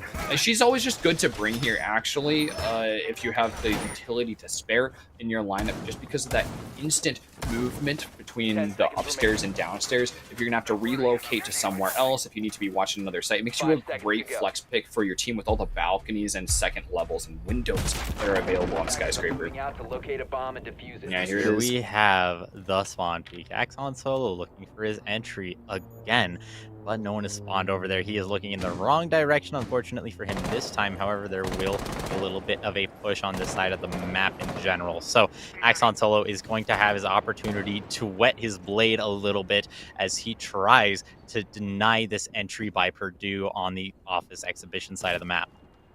Oh my god, he was still watching the angle, running out on it, trying to look for anything a little cheekier. But Purdue have taken their time, they've been watching for such things, and they actually came from a totally different angle. So they get a little bit of knowledge, they know where Axon Solo was, but they also know that he could be anywhere now, and he's already relocated to the other side of the map. Now, I really like what Purdue is doing here. They're taking this map from one side over, but they're doing it on the first floor. Obviously, there's still going to be a little bit of a meat grinder for them to go through, but Slippy Slipper removing the head of Riven and Laggers as well, ending Xander's career. That is going to be 5-3 in favor of them, and that meat grinder is going to be just a little bit easier to get through, especially with some pressure on Geisha here since that wall is open. Yeah, Charter knows there's been some intelligence dropped here inside Geisha, and he's going to just be holding close, making sure that those angles are going to be as safe as possible while the attack is pushing up on the other side of site. His teammate's going to go down, and Kiro, he's going to be left alone with Axon Solo. Has to get back to site here, not quite in time. Oh, yeah, not quite in time to save Kiro here, and realistically. And Smitty down by another grenade is pretty dangerous with the nades on this map, but Axon Solo is just playing around the corner. So while Goose Midi downed here, 2 down, but it's still flawless with no confirmed kills for him.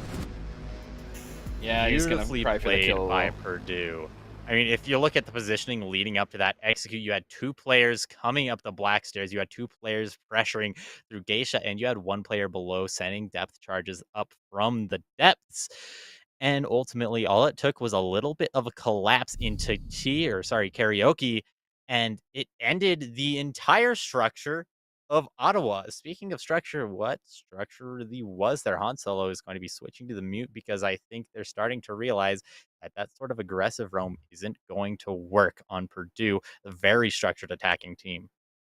Yeah, I mean, it's one of those things, taking some gambits like they are doing with the ultra aggression can really pay off. I mean, you just get a little bit of success that way, and you run away with the round. You get a couple early kills, and you don't have to play by the other team's rules. But if you're not going to find any pressure early on, the long game goes in favor of Purdue, playing a little more measured, playing a little more slowly. You see some interesting picks like the Nook there, and even Laggers Fuse. But these are still calculated picks and making sure that they can pinch in on the defense, especially Providence. He's going to be able to finagle his way into some spots where you Ottawa won't be looking. And he's great on these off angles. I mean, look at what he did for his team on the defense. He brought some rounds back from the edge of death. No kidding. Now, Providence on that Nook is going to be very influential. However, look at this. They are actually doing a concentrated roam here on this side this time. Axon Solo as well as Kiro over on this side of the building looking to deny this entrance a little bit more efficiently this time, as well as with the MP5K. So that is going to be a lot of fragging potential over on this side of the map. That being said, they're actually not going to be entering through the top part of the map. They're entering through the bottom again. Kiro, though, seems to be prepared to deny this entrance by Providence, and Axon Solo being just as aggressive as ever. Looking for this kill. There goes a Nitro. Is it going to find it? It is not. A little bit of damage, but Axon Solo has lost a Nitro for nothing. Oh my goodness, that flashed red. That player should definitely be dead. Rather escapes without even a scratch. Just a tad rare on the grenade, and not quite cooked perfectly. Riven barely slinking away. Having a little bit of a rougher time finding those entries, but a lot of them have just been eaten up by Axon Solo anyways. So keeping Riven on there longer to find some more off angles that will continue to aid the team is going to be real valuable. And he was using his pistol in that situation anyway, so he's going to want to find maybe actually a tighter angle to be holding, because the FO12 is undeniable in the closest range of encounters.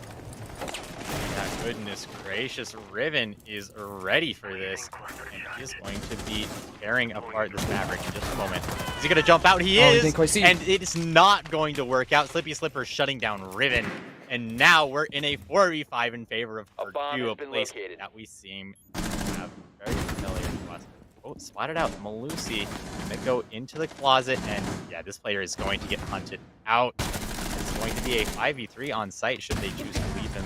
But that player is going to end up losing their life over here. And another as well on the site, although that's going to be a trade. We're now in a 4v2. And Axon Solo is nowhere near the site. He's looking to deny these team players from getting back to their team. Okay. And it's going to be effective. A swing from behind him, beautifully read by Han Solo. That's going to be one kill, bringing it nearly even. We are now in a 3v2, although Slippy Slipper is ready to start a plant. Yeah, Chandler over here doing the Lord's work, holding up the site while things go down on the complete opposite side of the map. But Slippy Slipper's on a roll. 2 entry wins for these last 2 rounds since he's gone on to attack, and 3 kills on this round specifically. They've just got tracked down Axon Solo. He's got a little bit of intel denial. It's going to help him get back, but Houston's already watching the angle. Gonna take him away, not quite the headshot, but a heavy kill nonetheless. Those big 308 rounds tearing through some flesh. Absolutely gorgeous by Purdue Gold. They were able to distract the players on the other side of the map, and while University of Ottawa did kind of fall into that trap a little bit, actually having there's a word I'm looking for every time, but having, the wherewithal to keep them over there, right? Find that roam clear, actually complete it so that it's not something you have to worry about later in the round when, after all, you still have a minute and 20 seconds left, I believe, when the Malusi was killed. So yeah, and then not to mention still having players on site as well, maintaining 2 conversations at once. It's not an easy skill, but the communication was there, and Purdue took that Attackers need to home, locate and defuse well, bombs. relatively easily, I think. Yeah, the allocation of resources is really impressive. To thoroughly take site while dealing with the most unpredictable realm from Axon Solo, and they didn't let him just go away free. They harassed him, make sure he was out of the equation for the main push for the duration of the round, and then cleaned him up later when it's way easier. If Axon Solo's got to come to you, it makes it so much easier to line up a headshot. And I'm looking up synonyms for wherewithal. 10 seconds. I'm just getting a lot of shekels, resources, finances. I don't know about that one. But in any case, back here in the game, let's have a look at this Attackers setup must for locate and turning defuse to a bomb. Office and Exhibition, a site that they did pretty well on. University of Ottawa, though, was ultimately thwarted in their attempts to remove the Purdue attackers from their site. Okay, here we're in a vital part of the round here. Opening frags are always really indicative of who's going to win, and it doesn't have to go that way all the time, but between 60 to 70% usually of rounds are going to go the way of the team that gets the first pick. So that's very significant. Ribbon nearly being that player taken out, and that would have been hugely impactful since he's trying a bandit trick right now. It's not going to do too much against a Maverick, and fuse charges are going out elsewhere. Those ones could also do with being removed by the electricity, but it's Chodner that finds the first kill, keeping it for his team. Only 1 round has not gone the way of the opening picks, though, so far in this map. Attackers have recovered This gracious Chodner finding that kill is going to be huge, and here go the fuse chargers. He's got one right on top of him.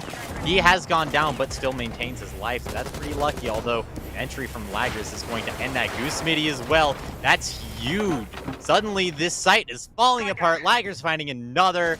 Axon Solo, one of the last remaining members still below, but Xander keeping a stronghold here in Exhibition. This is going to be important.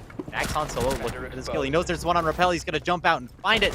He also still has a nitro in his pocket, so that could be huge given the fact that there could still be cameras up. And yes, there is. There goes the nitro kill. Slipper is going to find one, but can't find the other. Han Solo clutching it out, finding the final 2 kills of the round, keeping University of Ottawa in the game, not letting this go to map point.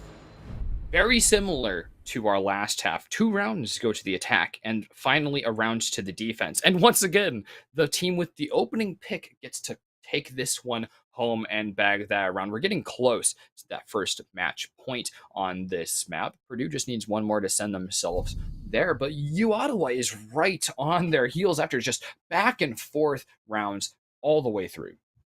Riven bringing out the Warden on bedroom and bathroom. Clearly, they are looking to deny a quick entry. Now, will they have the presence of mind to maintain control on the top floor? That is going to be huge. There is a fuse in play. I don't know that fuse is going to stick at this point. They probably are assuming that they're going to a different Defenders, site. protect your bombs from But being defused having by a fuse in attackers. play is still something that is terrifying for anyone. Anytime you hear that,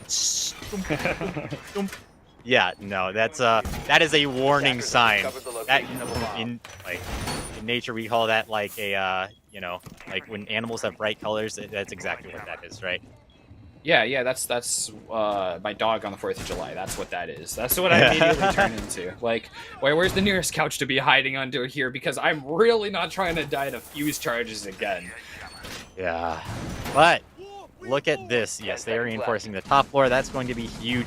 There's going to be a little bit of vertical interplay there, but Purdue does have the option here to make the exact same kind of aggressive play that University of Ottawa made, where they played this completely horizontally, ran straight in through mudroom, and was able to get a plan down within the first 40 seconds of the round. Immediately, these windows getting shot plenty up. The attackers don't trust the lack of runouts on this beginning, or at least peaks. They got to make sure that everything is fully checked. That's all good and dandy. Exxon Solo is no longer playing that way. He's going to slow down things a little bit more, looking for some picks once he gets into the building and starts trying to find some pressure. And the pressure they are trying to find right off the bat, using the Roteros to close up some area right in on that entry, but they do again lose the entry frag to Chodner, playing pretty far out. Yeah, not entirely certain what Slippy Slipper's goal was there. It seemed like he was repelled on maybe some Maverick goals he made looking for that kill on the top floor, but unfortunately that top floor fights back. Chodner is going to end the life of Slippy Slipper. That's your Maverick off the board, and that could be huge down the road. Now, I would like to point out, I believe this bathroom wall is actually soft, so an entrance into delivery could be huge here, but Purdue is kind of scrambling. They don't seem to have any specific idea in play, and right now they're just kind of trying to take some firefights, look for a pick, so maybe they can build a gap and get an idea of what to do. Kiro making some bold plays there, pushing up into the LMG with just shotgun and SMG 11 in hands. That's not going to quite go as... Or no, actually, he's taking the fall here for Xander, I think, who is pushing up over there. Jonner still keeping the presence up upstairs. They've tried to fuse him out. They've tried to shoot him out, but he's taking out Slippy Slipper. They don't have the Maverick to use anymore, and they're losing resources and time trying to find this guy. But Laggers just too quick on that lean. Driven making an aggressive push, not going to pay out, and Purdue with an entry onto site is going to find two more, leaving it up to our man Han Solo. If there was anyone who would do this, it's him, but he seems to be quite a ways away from the site, and Laggers with the gorgeous AK-12 going to end the round, putting us in map point for Purdue Gold. They're feeling pretty confident right here, and that round was won on the back. Not so much on Purdue's like overwhelming pressure on site or vertical attacks and utility usage, but that's just Ottawa over peaking. You lose two of them to someone who's barely walked in the building. They're just sitting in that entry room, and you've got your Jaeger and another one pushing up. I think that was the mute the second time. I believe it was Warden, actually. Oh, 100% was. Yeah. Good thing I've got you here to have a slightly better memory you. than me on these. Yeah, but you're losing two players, and these are both players that... Well, yeah, Jaeger you can lose, I guess. But there's no reason to. There's no reason to. They're going to have to peak you eventually, and then you're on even ground. Speaking of even ground, T and karaoke. Goodness, that took me a second. T and karaoke room. Slightly uneven ground, if you ask me. This is elevated a little bit over the rest of the map, if you'll look at that. So, I love the Slippy Slipper updates on the major going on right now. Yes. Like if hey, what's the score? What's the score? 5-1. Strala's finding their first round. It's actually pretty intense. I've been watching this all day. Like I was out working out and just keeping this thing in front of me, looking like a weirdo watching video games at the gym. But this is great to see NA representing at the major in both final spots. So if you're interested in that, that's also, pull that up on the second monitor or such, because that's exciting and nearing that conclusion. 10 seconds left. But back over here, this one's close to a conclusion as well, with Purdue on that first match point of this map. yeah, could be reaching this conclusion pretty soon. I will say there will be at least one more map. Purdue is not looking to have their name tarnished. Like I mentioned before, they're looking to stay 24-karat gold, baby, and that is going to require a 3-0 if they really want to make their name known. These repels coming up here. The glass has been locked in. So Slippy Slipper here is looking to get some intel and then just blow out heads. Looking at those yellow outlines conferred by the thermal scope. He's got some intel to be working off of from his teammates. He himself is going to be probably calling out the location of Axon Solo, who's out on an extension into Dragon. Placing cluster charge. Now, there is a very key position on this map, and I mean, we've looked at it over and over again. We've talked about it over and over again. It's Geisha. And if they're able to get these players out of Geisha, that's going to be what's important. Looks like Hangman is going to be going below, looking for maybe some depth charges or just getting what he can off the wall. But in any case, oh goodness. Yeah, there's the wall denial off right there. No, actually, I think it's still on, but Axon Solo is ready to challenge this. Right there. Oh, here comes a nade. Not going to find anything. It's going to do a lot of damage to Riven, but not going to end his life quite yet. So they're going to have kind of a stronghold here in Geisha for just a bit longer. There's still pressure down below. Axon Solo finding that first kill, and on Providence, no less, the second sniper for the attacking side here. They've still got plenty of Overwatch for their angles. Next, Han Solo being downed right now. He's not going to be in a position to be rezzed very easily, and immediately his hero is seen right in the scope, but Riven finds the kill. He's immediately refragged out. Liger's finding two himself, while Hangman finally gets that grenade into the position he's been looking for a while now, and Lager's just going to be pulling out the GSH-18 as his mag has been emptied. Xander and Chodner here are looking to keep themselves in the game. EBR 14 is a very potent weapon. However, looks like Chodner is going to be losing his life to the AK-12, another very good weapon. Now, Xander finds one, a beautiful shot, looking to find two more, though, as he will need to do that if he wants to close out this round. It's going to be a free plan for Purdue. If Xander wants to end this round, he needs to swing now while he still has the 1v1, but it's not going to happen. This 1v1 has just turned into a 2v1. At this point, Goose Smitty is going to sit back with a gorgeous angle, ending the map. Purdue Gold moves on 2-0 in this best of 5. They're feeling great right now. I loved Goose Smitty watching these post plants. He is indomitable in those positions, holding the most pristine angles there. And, you know, you're not going to be watching much different angles, but his reaction time, just everything else pales in comparison when it comes to Goose Smitty watching those. He's not lost a post-plant situation, and obviously he's been finding kills all game long, even if his teammate Lag is going to be shut down there. We'll be moving on to game 3 after this. Purdue Gold on match point already for Legends Division Finals. Yeah. Game 3 is going to be played out on, I believe that's Oregon. Yeah, so looking forward to that. Moving back to our classic map. And unfortunately, that is going to be another 5 minutes right now. So we're going to go ahead and cut to a quick break. Started as a whisper, message from a new world I'd never known. Something about it felt like it'd been waiting my whole life. Is this home? I can hear each sound calling my name, and I feel angels around when I start to sing inside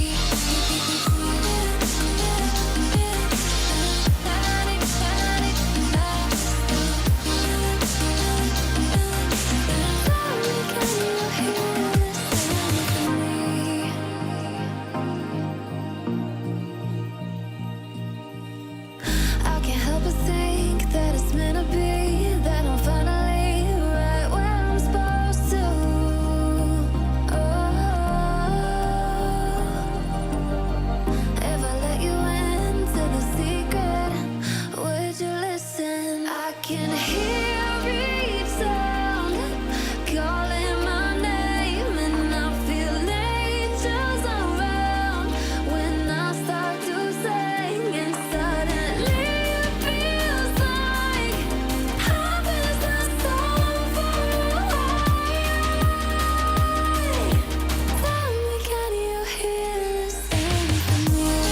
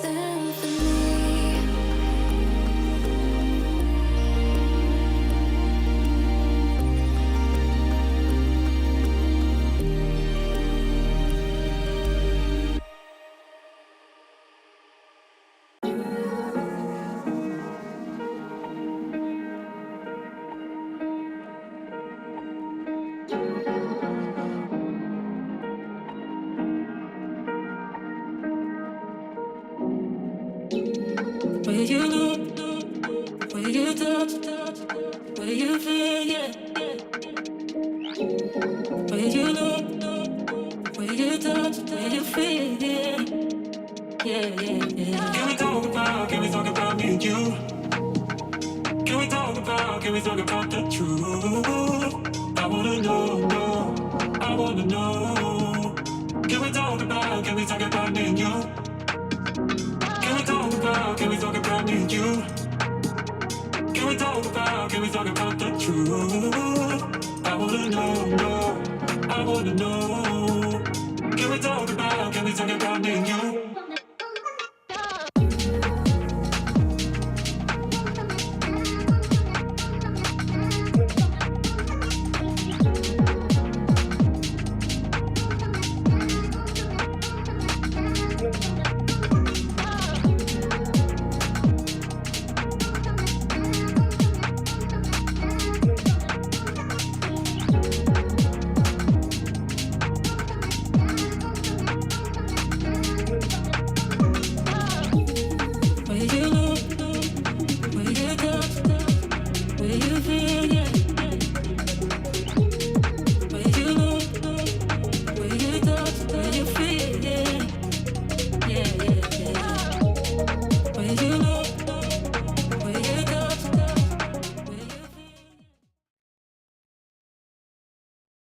All right, after two dominant rounds so far from Purdue Gold, they're sitting on the first match point. So U Ottawa is on that edge of the razor. They have to find this map as we go to Oregon map 3 in order to keep in contention for the Nationals championship.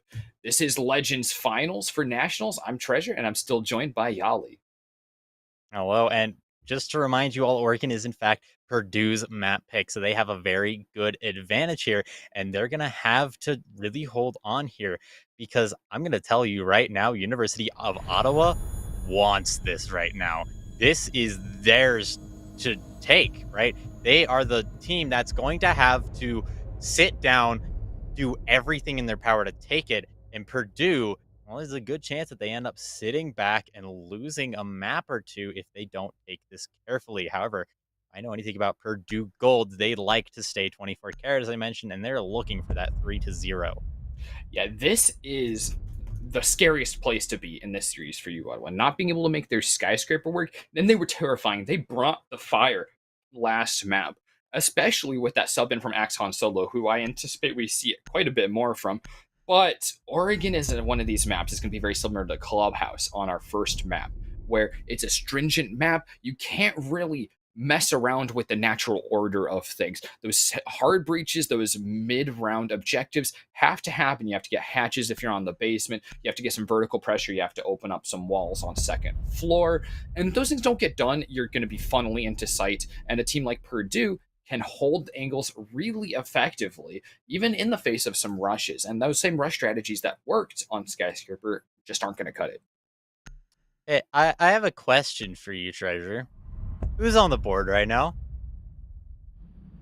Who's available to pick? And there's that Thatcher. That's a pretty It is interesting one. Thatcher. But I don't on Oregon actually. That is pretty significant. I wouldn't be too surprised if he doesn't come up immediately though. Yeah, me neither. A lot of teams, since he's been MIA for the last 2 years since bans were introduced, a lot of teams have sort of moved him away from their lineups and just opted to find a completely different way to open up a wall. Yeah. Right? They don't need Thatcher in their lineup in order to get a wall open. And at this point, a lot of teams would rather bring the other utility that other operators bring over a Thatcher, because ultimately all Thatcher really represents is a speedy way to get a wall open and a guaranteed way to get a wall open, where most teams are prepared to take the risk and take a little Attackers bit need to longer locate and in defuse favor as of many utility bombs that as they another can. operator might bring. Yeah, it's that consistency that you can bring with other operators. Yoda was going for the basement right off the bat, and it looks like a call out from Purdue, actually. They don't need to settle into these operator selections, but my suspicion is this is exactly what Purdue wants for this basement attack. You can tell by Hangman's, Ace. Flores. Whoa, there we go. By the Flores, that's going to be really aimed at opening up bunker and opening up pillar over by the north side of the map in the basement. Providence on the Nook is actually a little more well-suited to basement. You can choose one of those 3 staircases where his teammates 5 aren't seconds going. left. You can come down there, evade the cameras with Nook's ability to just go invisible to emplaced cameras. Oh, defense peek from Axon Solo. That's nothing too surprising from what we've seen last map, and he's going to get out of there before anyone catches wind. Does actually manage to find a drone, so that is going to be big for him, and he's aware of the position of one of the players as well. So if he is able to catch Slippy Slipper off guard, that could be huge, but Hangman is going to be the one droning him in, looking for the opponents. Now there is going to be a very heavy blue side push with flaggers going up to the main floor to pressure the tower stairs. Axon Solo with another run out, though, is only going to lose a little bit of health. Now he's going to be in a pretty uncomfortable situation, kind of stuck up here in the top of the tower while players are making their way into Never trust the naked eye. Ooh, his teammates getting seen right here, immediately scanned out. The aggressive plays with the shotgun just aren't going to quite work out for Chiner, but he's keeping his location. He's even going to rip the C4 to try and make the cheeky situation go a little bit better for himself, but that's going to be waited out. No one quite being felled yet. There's the Oryx. He has been spotted in the attic. He's getting pinched out now. Providence looking for this, but Laggers is the one who's going to find it as he tries to bust his way through a wall Kool-Aid Man style. That's not going to pay off in his favor. Now we have 5-4. Make that 5-3 with another pick from Slippy Slipper. Goose Smitty with an entry. 5-2, 5-1. This round has exploded. The execute is here, ladies and gentlemen, and Kiro is the last member alive in an attempt to end it. But prone on the floor is no way to die. That is a coward's death, unfortunately. And Purdue is going to take the first round of their chosen map on attack. So we've seen what they do really slow and measured. It's that consistent encroaching attack from Purdue on Clubhouse. On Oregon, it's a little different, especially on basement. If I were to guess, this is probably one of their favorite attacking sites in the game because they just look so confident and happy to storm onto site altogether. And it's not really a rush strategy. It'll look like it. That's what I thought the first time I saw Purdue play here. And I was like, why is this basement attack just a rush all of a sudden? And before Finka was even really in the meta, they were kind of trailblazing this, actually playing Finka before she even got the full heal boost. And they'd run down, they'd cover a couple angles and just storm in with everyone perfectly coordinated on timing to pick up kill after kill after kill. And the defenders just aren't ready for it. So Ottawa's going to have to hold up this defense a little bit better, make sure that they're more studious on their intelligence to find out where the attacks are exactly coming from and put some resources in the place to deal with it. I'm a little saddened by the loss of a smoke here. especially when they have some operators that aren't adding a lot of utility 10 to the seconds team. left. Smoking this extension into bunker would be great for slowing down something like 5 seconds Goosemity just running in through sight. Yeah, and also a little saddened by the fact that we have Caveira on the board. Although I will say, I actually cannot see anything. I don't know if this is completely shut down for everyone, but yeah, the VMix here has completely died. So it's gonna be just a second before we can get you any more information on the game. Not entirely certain what's gonna happen. But if I had a guess, I'd say Han Solo is gonna find an interrogation and then ace the rest of the round. Just out of left field. I just think that's what's gonna happen. Yeah, I'd like to see one of those come out. He's already made an attempt earlier, not him, but another one of his teammates. So it's a bold play. You got to have a lot of confidence to try and make that happen. And again, the Purdue roster is not too susceptible to being caught out of position so badly that someone's actually going to get interrogated. And otherwise, it's just someone who has silent footsteps. And you can get that kind of effect with a vigil otherwise. Now, I think our observer is resetting OBS. So it'll be just one moment. In the meantime, not entirely certain if we're ready for a break, but it shouldn't be too long. Yeah, we're not going to go to a break. So instead, you get to look at my lovely face as well as Treasure over here. So thank you so much Wait. for sticking around so far. We Here, are I got 3-0. a bonus for everybody. Bonus? Hey! Little napping cat. She's the little Kitty. pile there. She's covering her eyes. Very cute. Oh. And a little more news of what's going on. She always sits right back there. I don't know if she knows, like, without the cameras here, so she can hide from it. But every time I'm casting, she's just right there. In other news, though, Dark Zero does take away the Charlotte Major. They just finished that out, winning with, I think, 3 rounds going Astralis' way on Bank in a game 5. So that's a pretty momentous one. That's the team I was cheering for personally. But both teams, phenomenal rosters. Yeah, I was cheering for Astralis, so it seems like we have Looks like bias I'm taking your casters channel on the points. desk here. Yeah, I guess so. But in any case, still having a little bit of technical difficulties at the moment. Treasure, how are you doing other than the technical difficulties? Oh, I'm feeling pretty good. I've been loving Nationals Week. There's been so much excitement. Every single day of the week, we're seeing teams at least getting real close to their championships match. And from here, we're just on championships matches between right now here and as well as here on the secondary stream, NECC 2. That one should be still running. Tomorrow, we'll have the rest of our championships matches going on as well at 6 and 6:30 Eastern time as well. This is right back in action. We missed a little bit of the round as the observation kind of died, but we got the feedback, and Hangman is left all alone to contend with Axe Han Solo. And there's the headshot to clean things up. That's going to be the first round in favor of the University of Ottawa. So things could be looking pretty even, although I will say that round was definitely a little bit closer in favor of Purdue than the other round was in favor of Ottawa. After all, the first round that we saw was completely flawless. So, yeah. So A far cry. Yeah. But that is going to force the University of Ottawa off the basement. So we're going to be seeing kids' dorms and the dorms main hall instead. Yes, this is going to change things up quite a bit. That same coordinated storming of site didn't get to pan out for Providence's roster here. The team captain is going to be bringing something else for this next site, but they're no strangers to upstairs. And once they see what this lineup is going to be from the defense, I think they're going to be switching up quite a bit. I wouldn't be surprised if the OSA sticks around, though.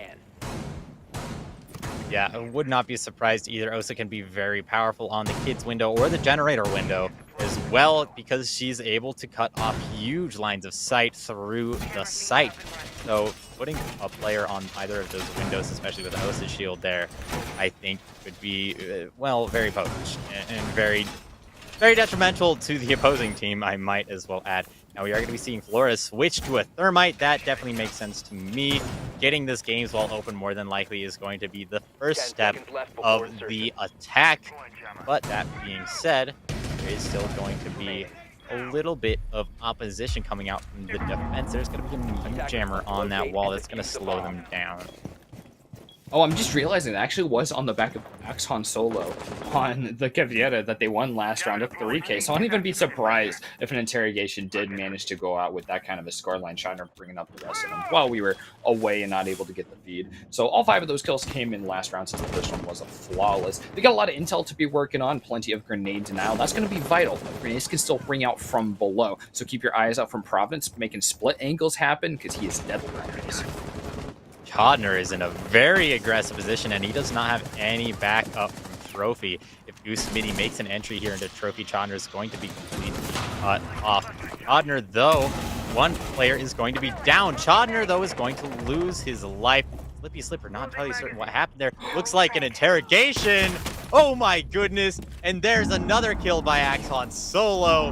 Goodness gracious, I can't believe it. Ladies and gentlemen, we are seeing an interrogation live on competitive esports. Now, we do have a 3v4 still. Axon Solo is still making his way around the building, but Purdue is going to have wasted a lot of time due to that little slip up by Slippy Slipper. What an achievement right there. If nothing else, they're down 2 maps right now, but they're giving a fight you Ottawa right now. But even if it all falls apart here on Oregon, Axon Solo can go his entire life going. The Purdue Gold roster at their peak, I interrogated them in Nationals finals. That's a flex like nobody has, except for him. True. Now, Providence is going to finally shut down his reign of terror, leaving us into 3v3, and the generator wall is open. So that is going to be a little bit more difficult on the defensive side now, because there's going to be a lot more angles to watch. However, if there's no swing coming out from the defense, then nothing's going to happen. But that swing isn't what they needed. He swung right into the direction of Thermite, and Thermite was able to take him down. And now, soon enough, an entry is going to be coming out. Here goes a nade. Doesn't catch anything. I believe it was cut off by an ADS, but there is still going to be plenty of utility coming out from Purdue as they attempt to penetrate into the defense of the University of Ottawa. Hangman's finally find his way into sight. Purdue kind of waffling, not quite sure which angle they want to be coming from, but they only have 1 player to deal with, and they've got the cross angle covered. They've been doing a good job of that. Kira still finds 2 kills on Providence and Goose Smitty before Hangman manages to patch this one up. He's got to do it all himself, put down the plants, and watch all the cross angles for himself. Goodness gracious, that Jaeger nearly ending the day of Purdue. That would be a bad way to end your life. I'm going to tell you that right now. But getting the plant down, very well played by Purdue. Good discipline and a good job just focusing on what you need to get done. Now, Jaeger definitely did a good job trying to counteract that, but not quite enough. Now, one thing I would like to see from the University of Ottawa moving forward is a little bit more coordination on their swings. If that smoke had swung maybe with another player swinging onto the breach, then more than likely we would have seen, in the very least, an even trade, if not 2 kills coming out from Ottawa, and that could have been a very different round, but that is not what we saw. And Purdue has taken another round in their favor, putting us ever closer to match point. Mita has been brought out. She's slipped by, evaded the ban this time. So we'll see what Xander's doing with that one. He's probably going to help out with this attic advisory. He's going to have, the window right there. 1-way mirror, black on one side, fully clear on the other, making it really hard for a push from attic to come out. Purdue didn't do that last round, but I wouldn't be surprised one bit to see them pulling it out, especially since they'll have plenty of hard breach available. There's one problem with that mirror, and that is very exposed to the Kid Storm's window. So if they opt to send anyone up there, then, well, that mirror is gonna get opened pretty quickly, and that's going to lessen the defense here in attic or even Kids Dorms by, honestly, a pretty substantial margin. I like the intel also being brought by the defense. Chodner has brought out the L again. Not with the FO12 this time, so we'll be able to take some longer range engagements. But this is a character that doesn't bring a ton to bear except for that shield, and there's some other characters that can bring a little bit more. I don't know if like a Frost is going to be hugely effective against a team like Purdue, but these snipers are going to be doing a good job of covering big angles. Yeah, those big angles are going to be tough to contest even with a mirror window there. Now we do see Laggers getting on that kid's window I mentioned before, but he's going to be placing down some cluster charges rather than getting that mirror open. But they will know that there's no one behind that. Xander instead playing in Swamp, like he's gonna try and get ready at some point to fall back to that position instead. Axon Solo is actually in the tower, quite a ways away from any of the fight happening right now. I think if he tries to stay alive and find the late link, that could be a huge button. Opening pick by Goosemitty onto Riven makes this round look just a little bit more Purdue-sided, although it is going to get traded out pretty promptly by Xander on the double. Xander's been playing that aggressive angle. They invested a lot of resources in that with the Mira, and he's finding some kills with it, although his teammates have fallen by the wayside. Xander keeping them up on that Chodner finding the positive count for his teammates. Smitty has to push up on the angle. He's got a grenade to use still, but he's not going to opt to throw it out, and he's going to walk right into Chodner. He's throwing out 1 million more bullets per minute than he is. Oh, was that line just seen right there? Laggers left all alone to contend with Xander, who has not been flushed out of attic yet. Here goes a swing. Neither of them managing to find any sort of a connection here. That is going to make it just a little bit more difficult. Yes, there you go. Running out of ammo and getting flanked by the Ela is a pretty standard way to end that round, honestly. That breach, if you don't manage to take or keep control of Master, can be quite a double-edged blade, if I do say so. Now, we are going to be seeing University of Ottawa moving back to basement as that site has been unlocked, but will our main man, Han Solo, will he be able to replicate the success that he had last time? I think it was between only 2 players that got all of the kills against Purdue. So, honestly, seems like that could have been a close round that did not need to go in the favor of University of Ottawa. I wouldn't be surprised if Purdue doesn't make the same mistake again. Yeah, here once again, it's a really similar lineup to what we saw before. We do get to see the Thatcher. I don't know if that was in the lineup last time we were in basement, but this is another objective that's gone back and forth.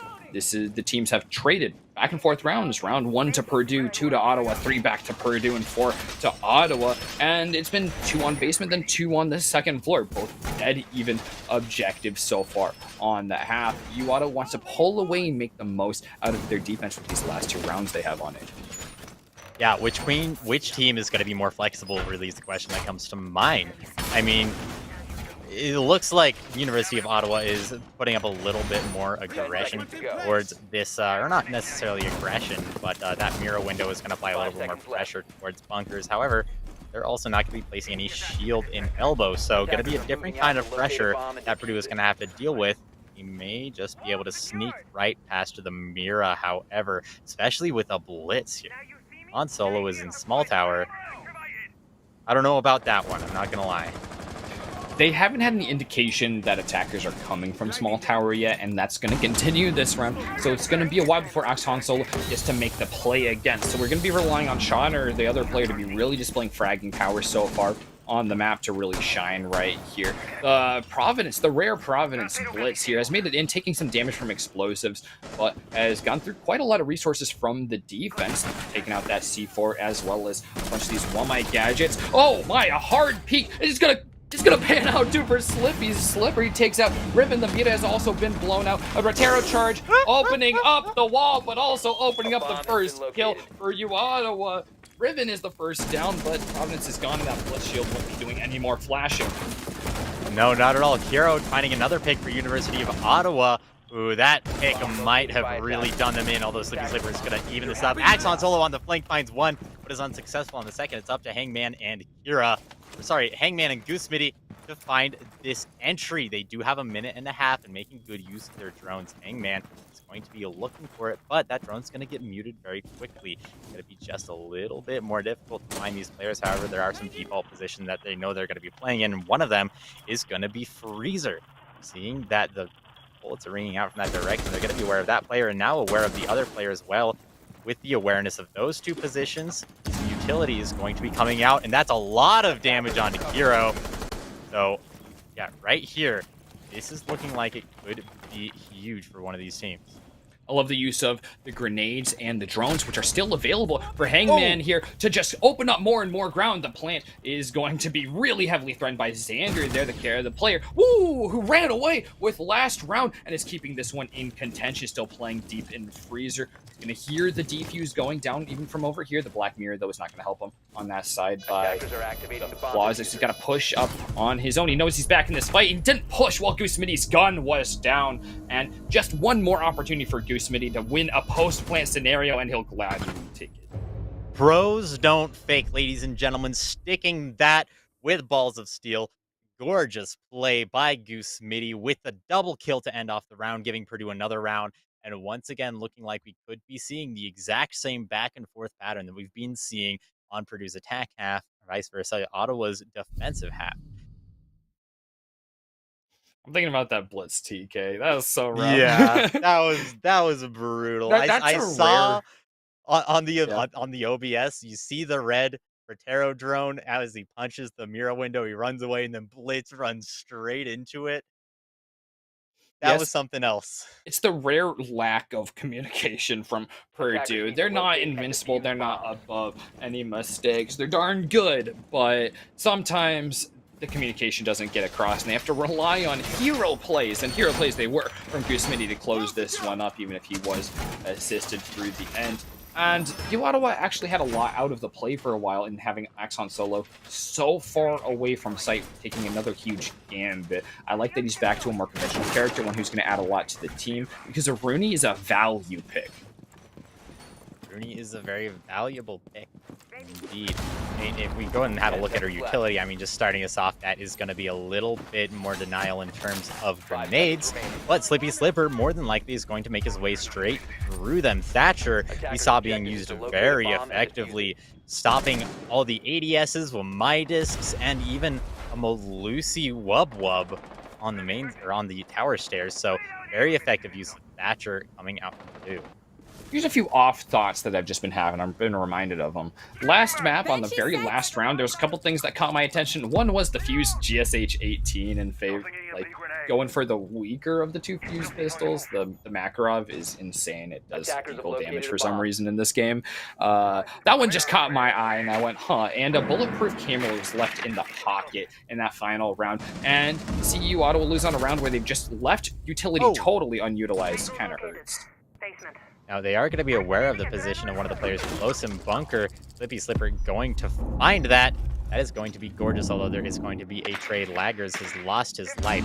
Lion, though, going to be making an aggressive play down the main stairs. Soon enough, there's going to be a pinch coming in from Purdue, but Chodner on the Vigil is going to be sitting here trying to make that backfire. Slippy Slipper has lost his life to Kiro.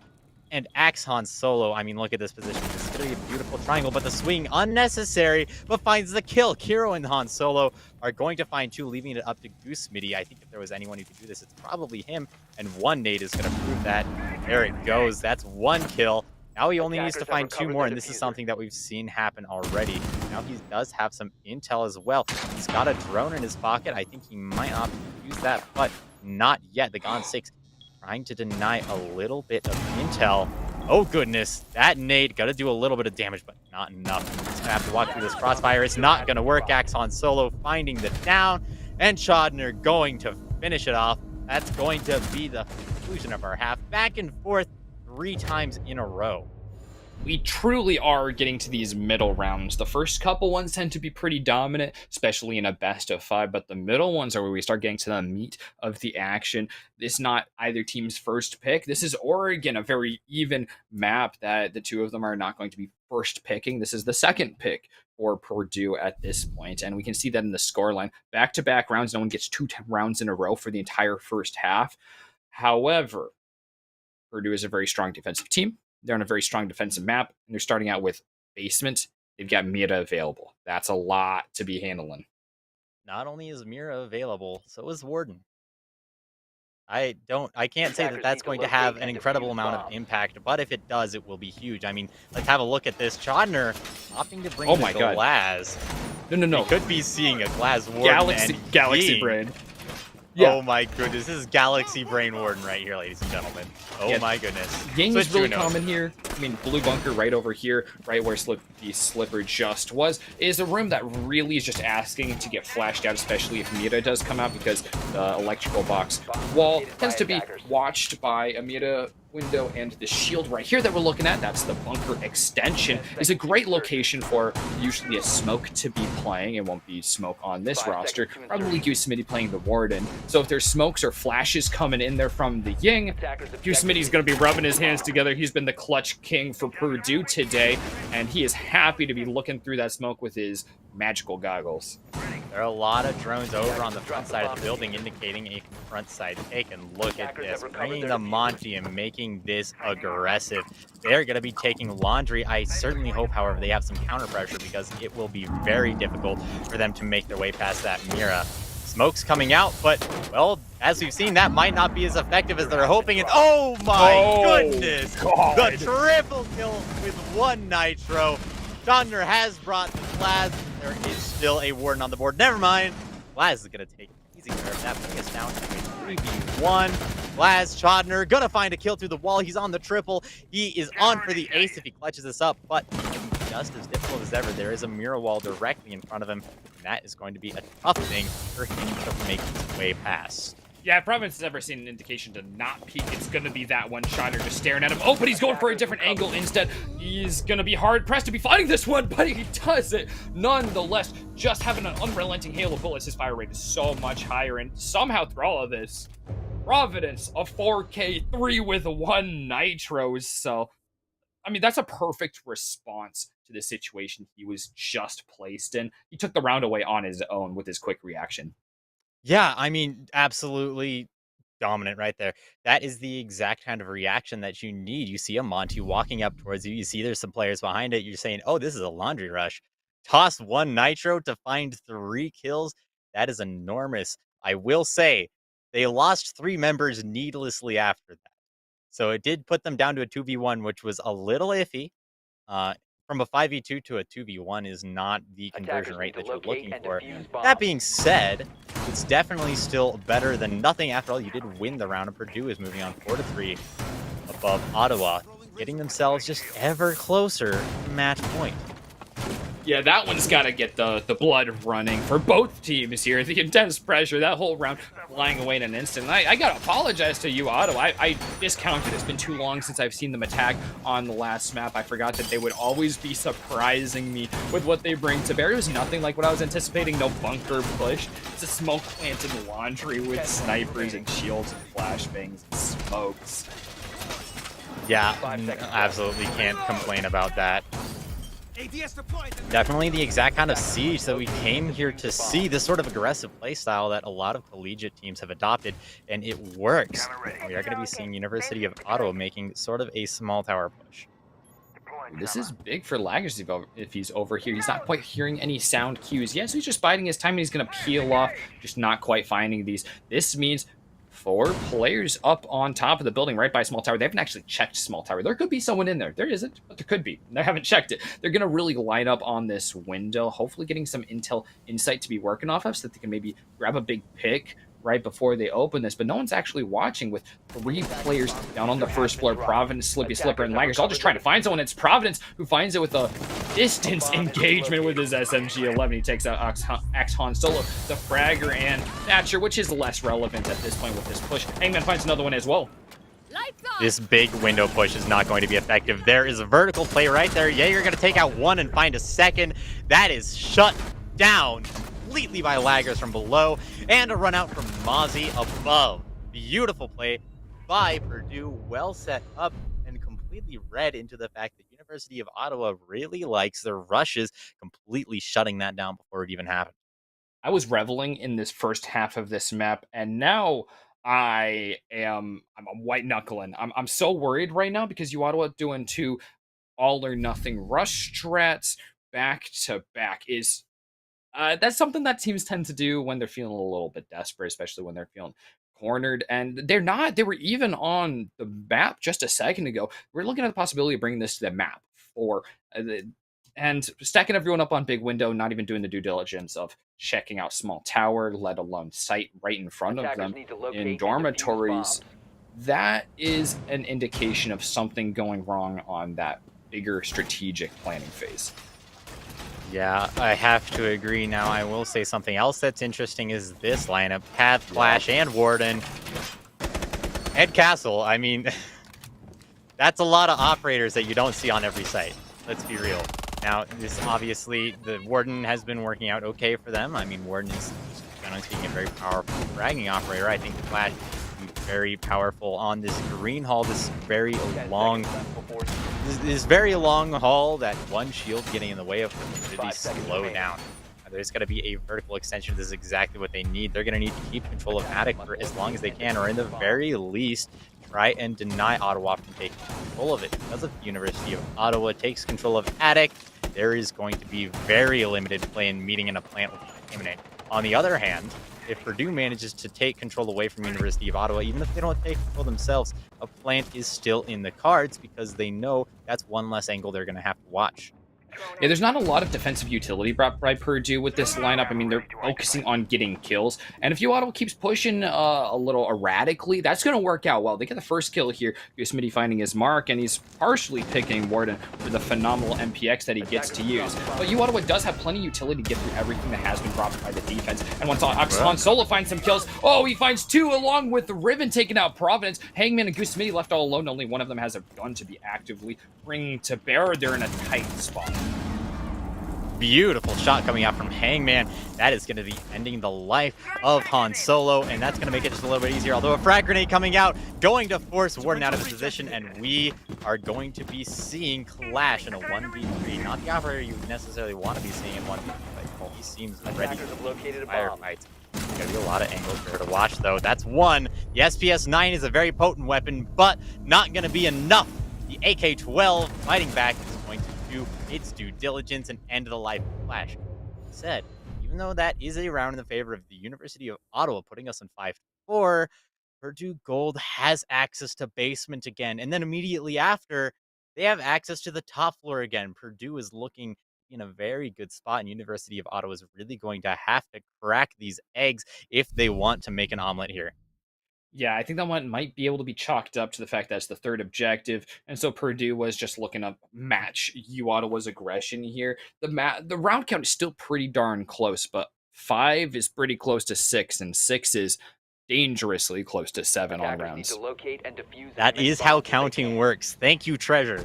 That's about all I got as far as counting. I don't deal with numbers beyond 8, actually, because I don't need those for this job.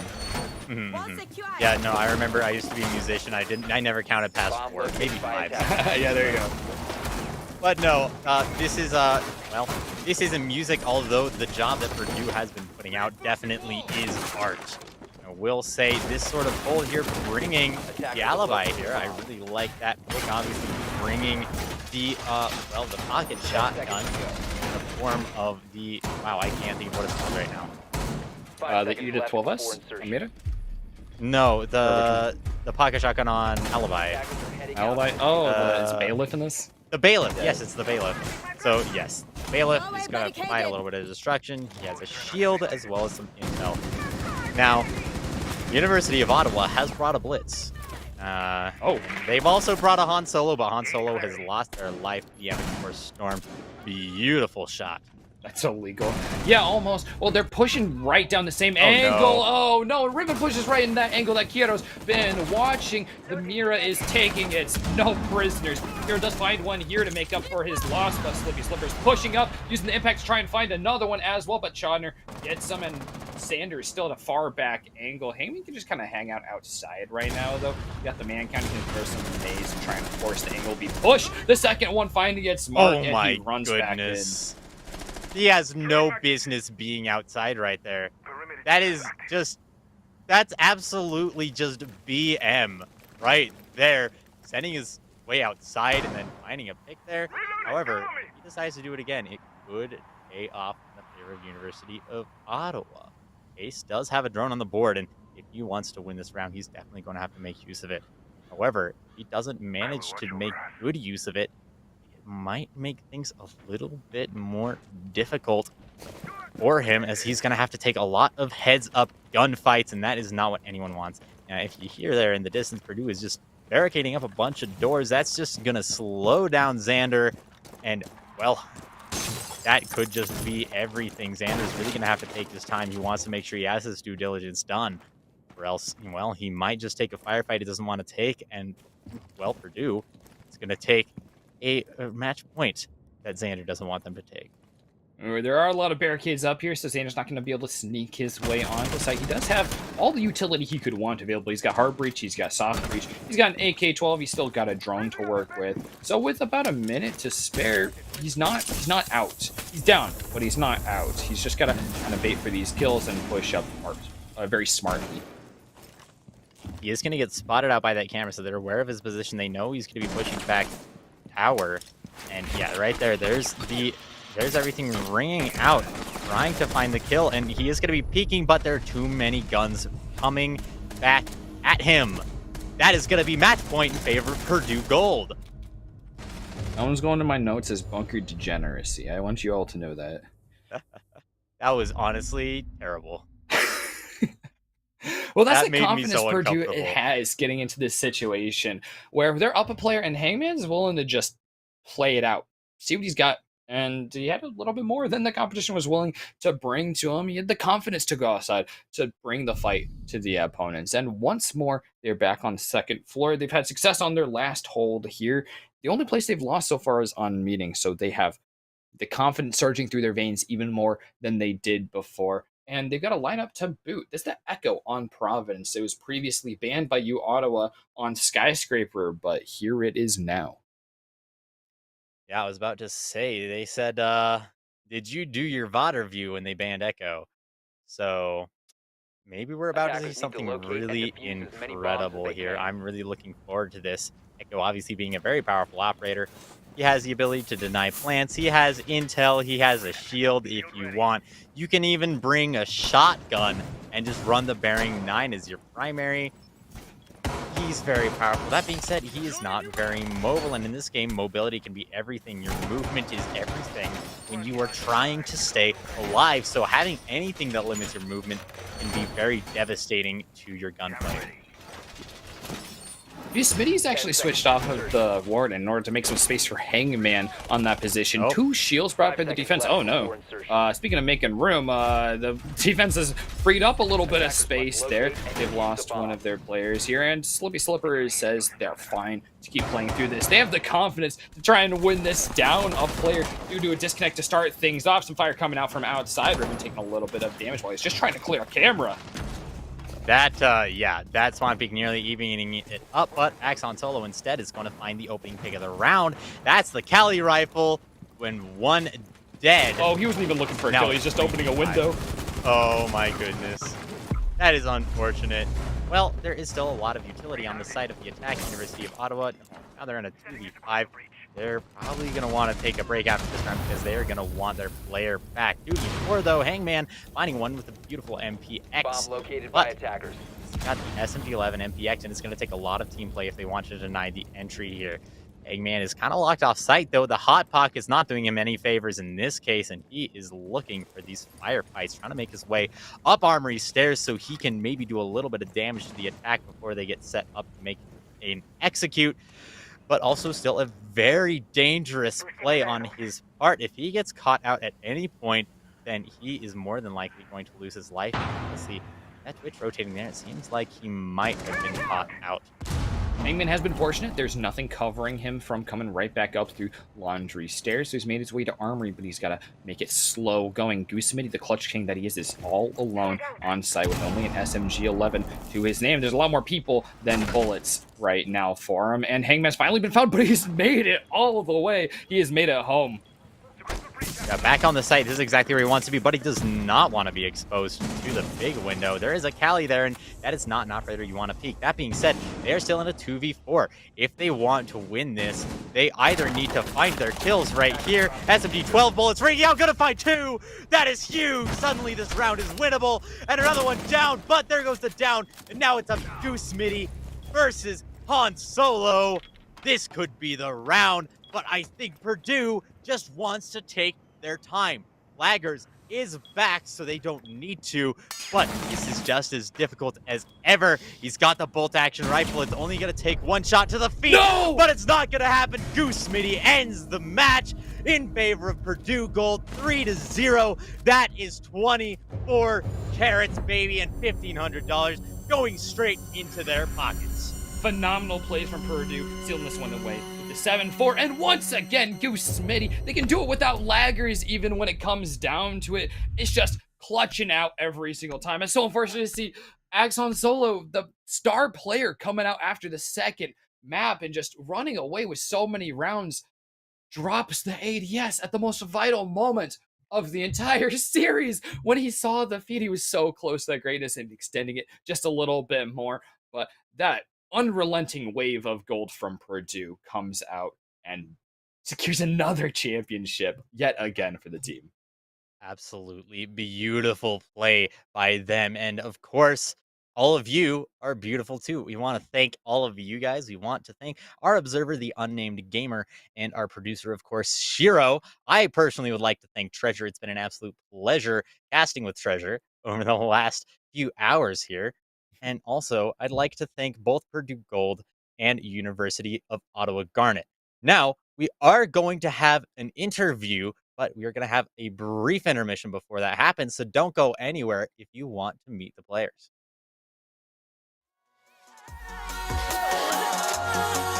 Each time of year carries memories, like a never fading whisper in the breeze. Oh, we will keep on changing all over again. Yeah, we will keep on changing, just like another season. Don't want another day without you by my side. Oh, this season.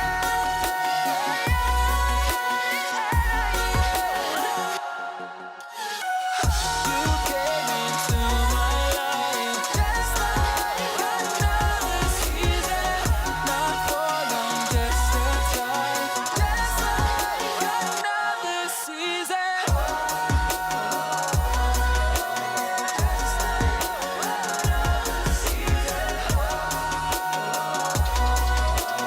Just like another season.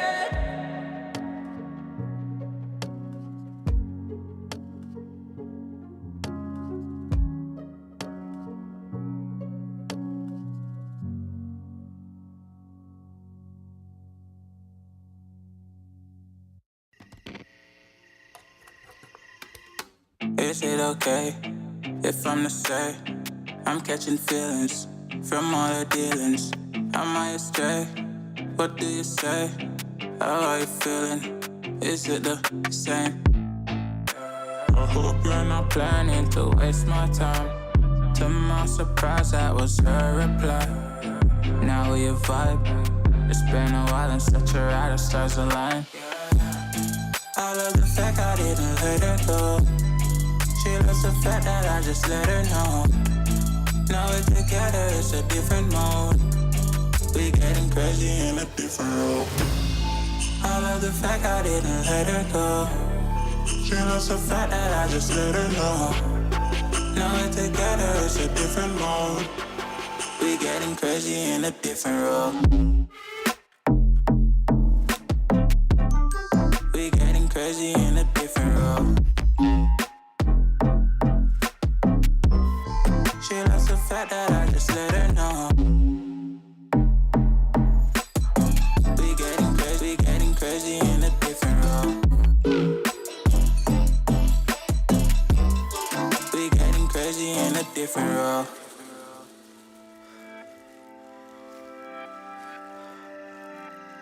She my do or die, my bona fide. My up when I'm down, she's always beside me. She makes me feel alive, I won't deny. Her love for me is real and kinda suicide-y. She's not the same, she's such a rare type. She's far from plain, at least in my eyes. She said if I cross her, I'll be in the grave or under her type, but yeah, that's still my babe. I love the fact I didn't let her go. She loves the fact that I just let her know. Now we're together, it's a different mode. We getting crazy in a different role. I love the fact I didn't let her go. She loves the fact that I just let her know. Now we're together, it's a different mode. We getting crazy in a different role.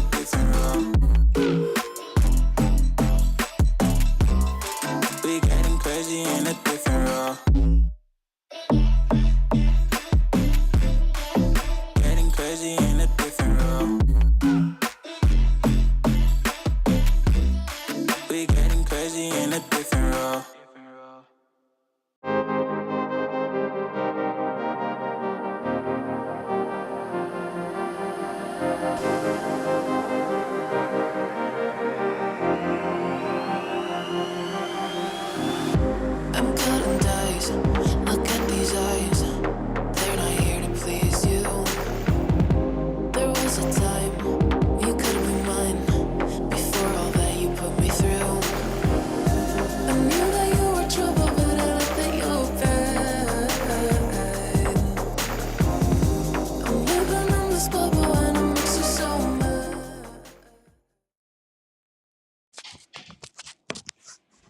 Hi, we are back, and we are joined by Goose Smitty, a player from our very first NECC Nationals Legends Division champion.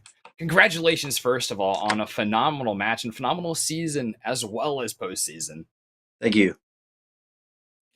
So, here's an interesting thing. This roster, I've talked a couple times actually over the course of this season and last season with Providence from your team as well. So, I'm happy to get a little variety here and get you here as well. And he's talked about your roster sort of being over with at the end of this season. Want to tell me a little bit more about that?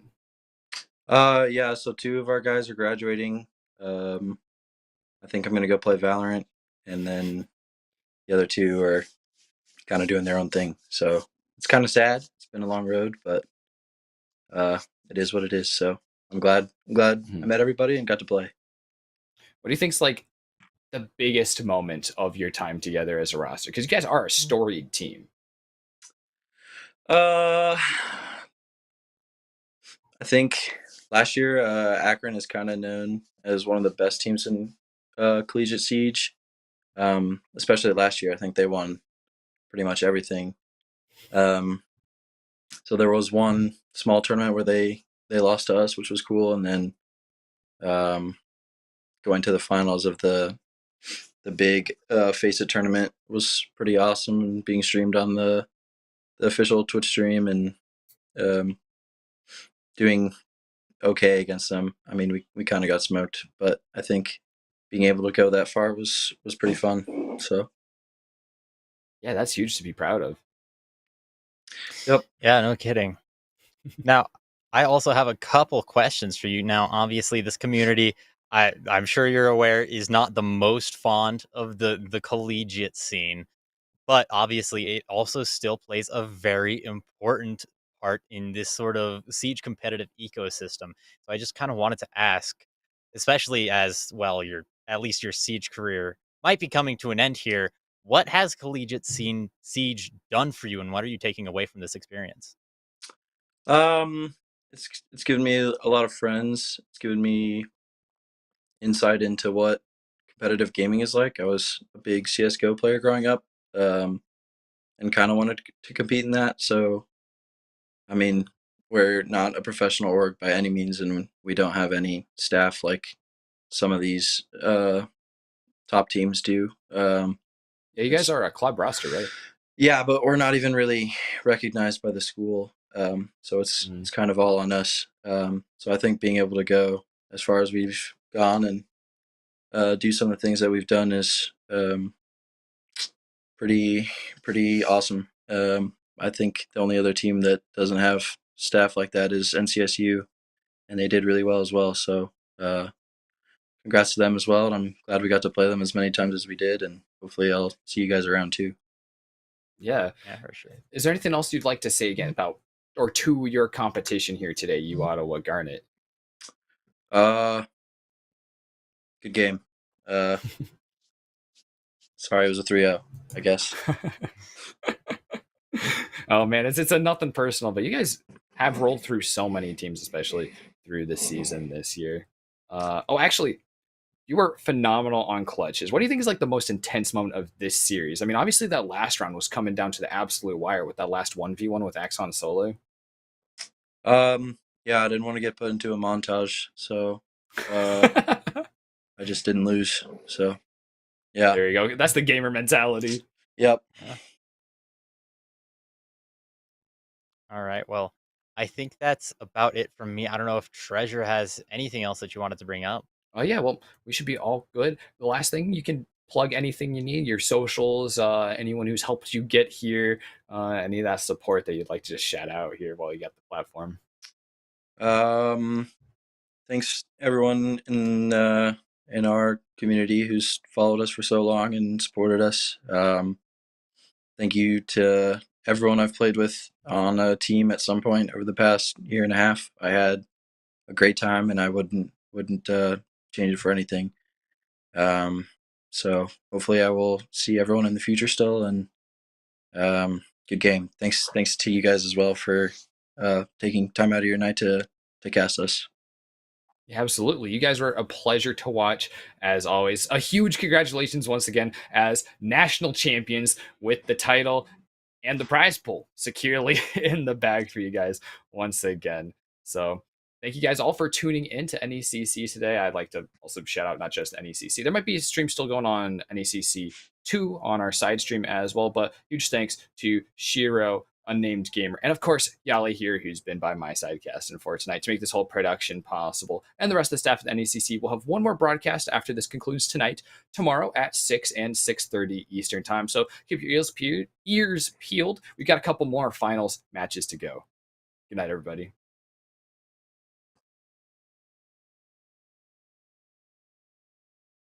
I need a second to take a breath, to keep me guessing with what you said.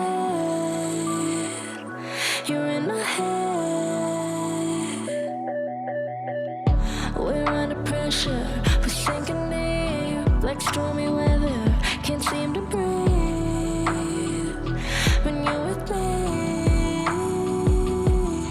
If you're gonna break me, I know I won't stay. I don't wanna wait here, you push me away. If you're gonna choose, you don't know what to do. I don't wanna lose you, but don't wanna lose me too.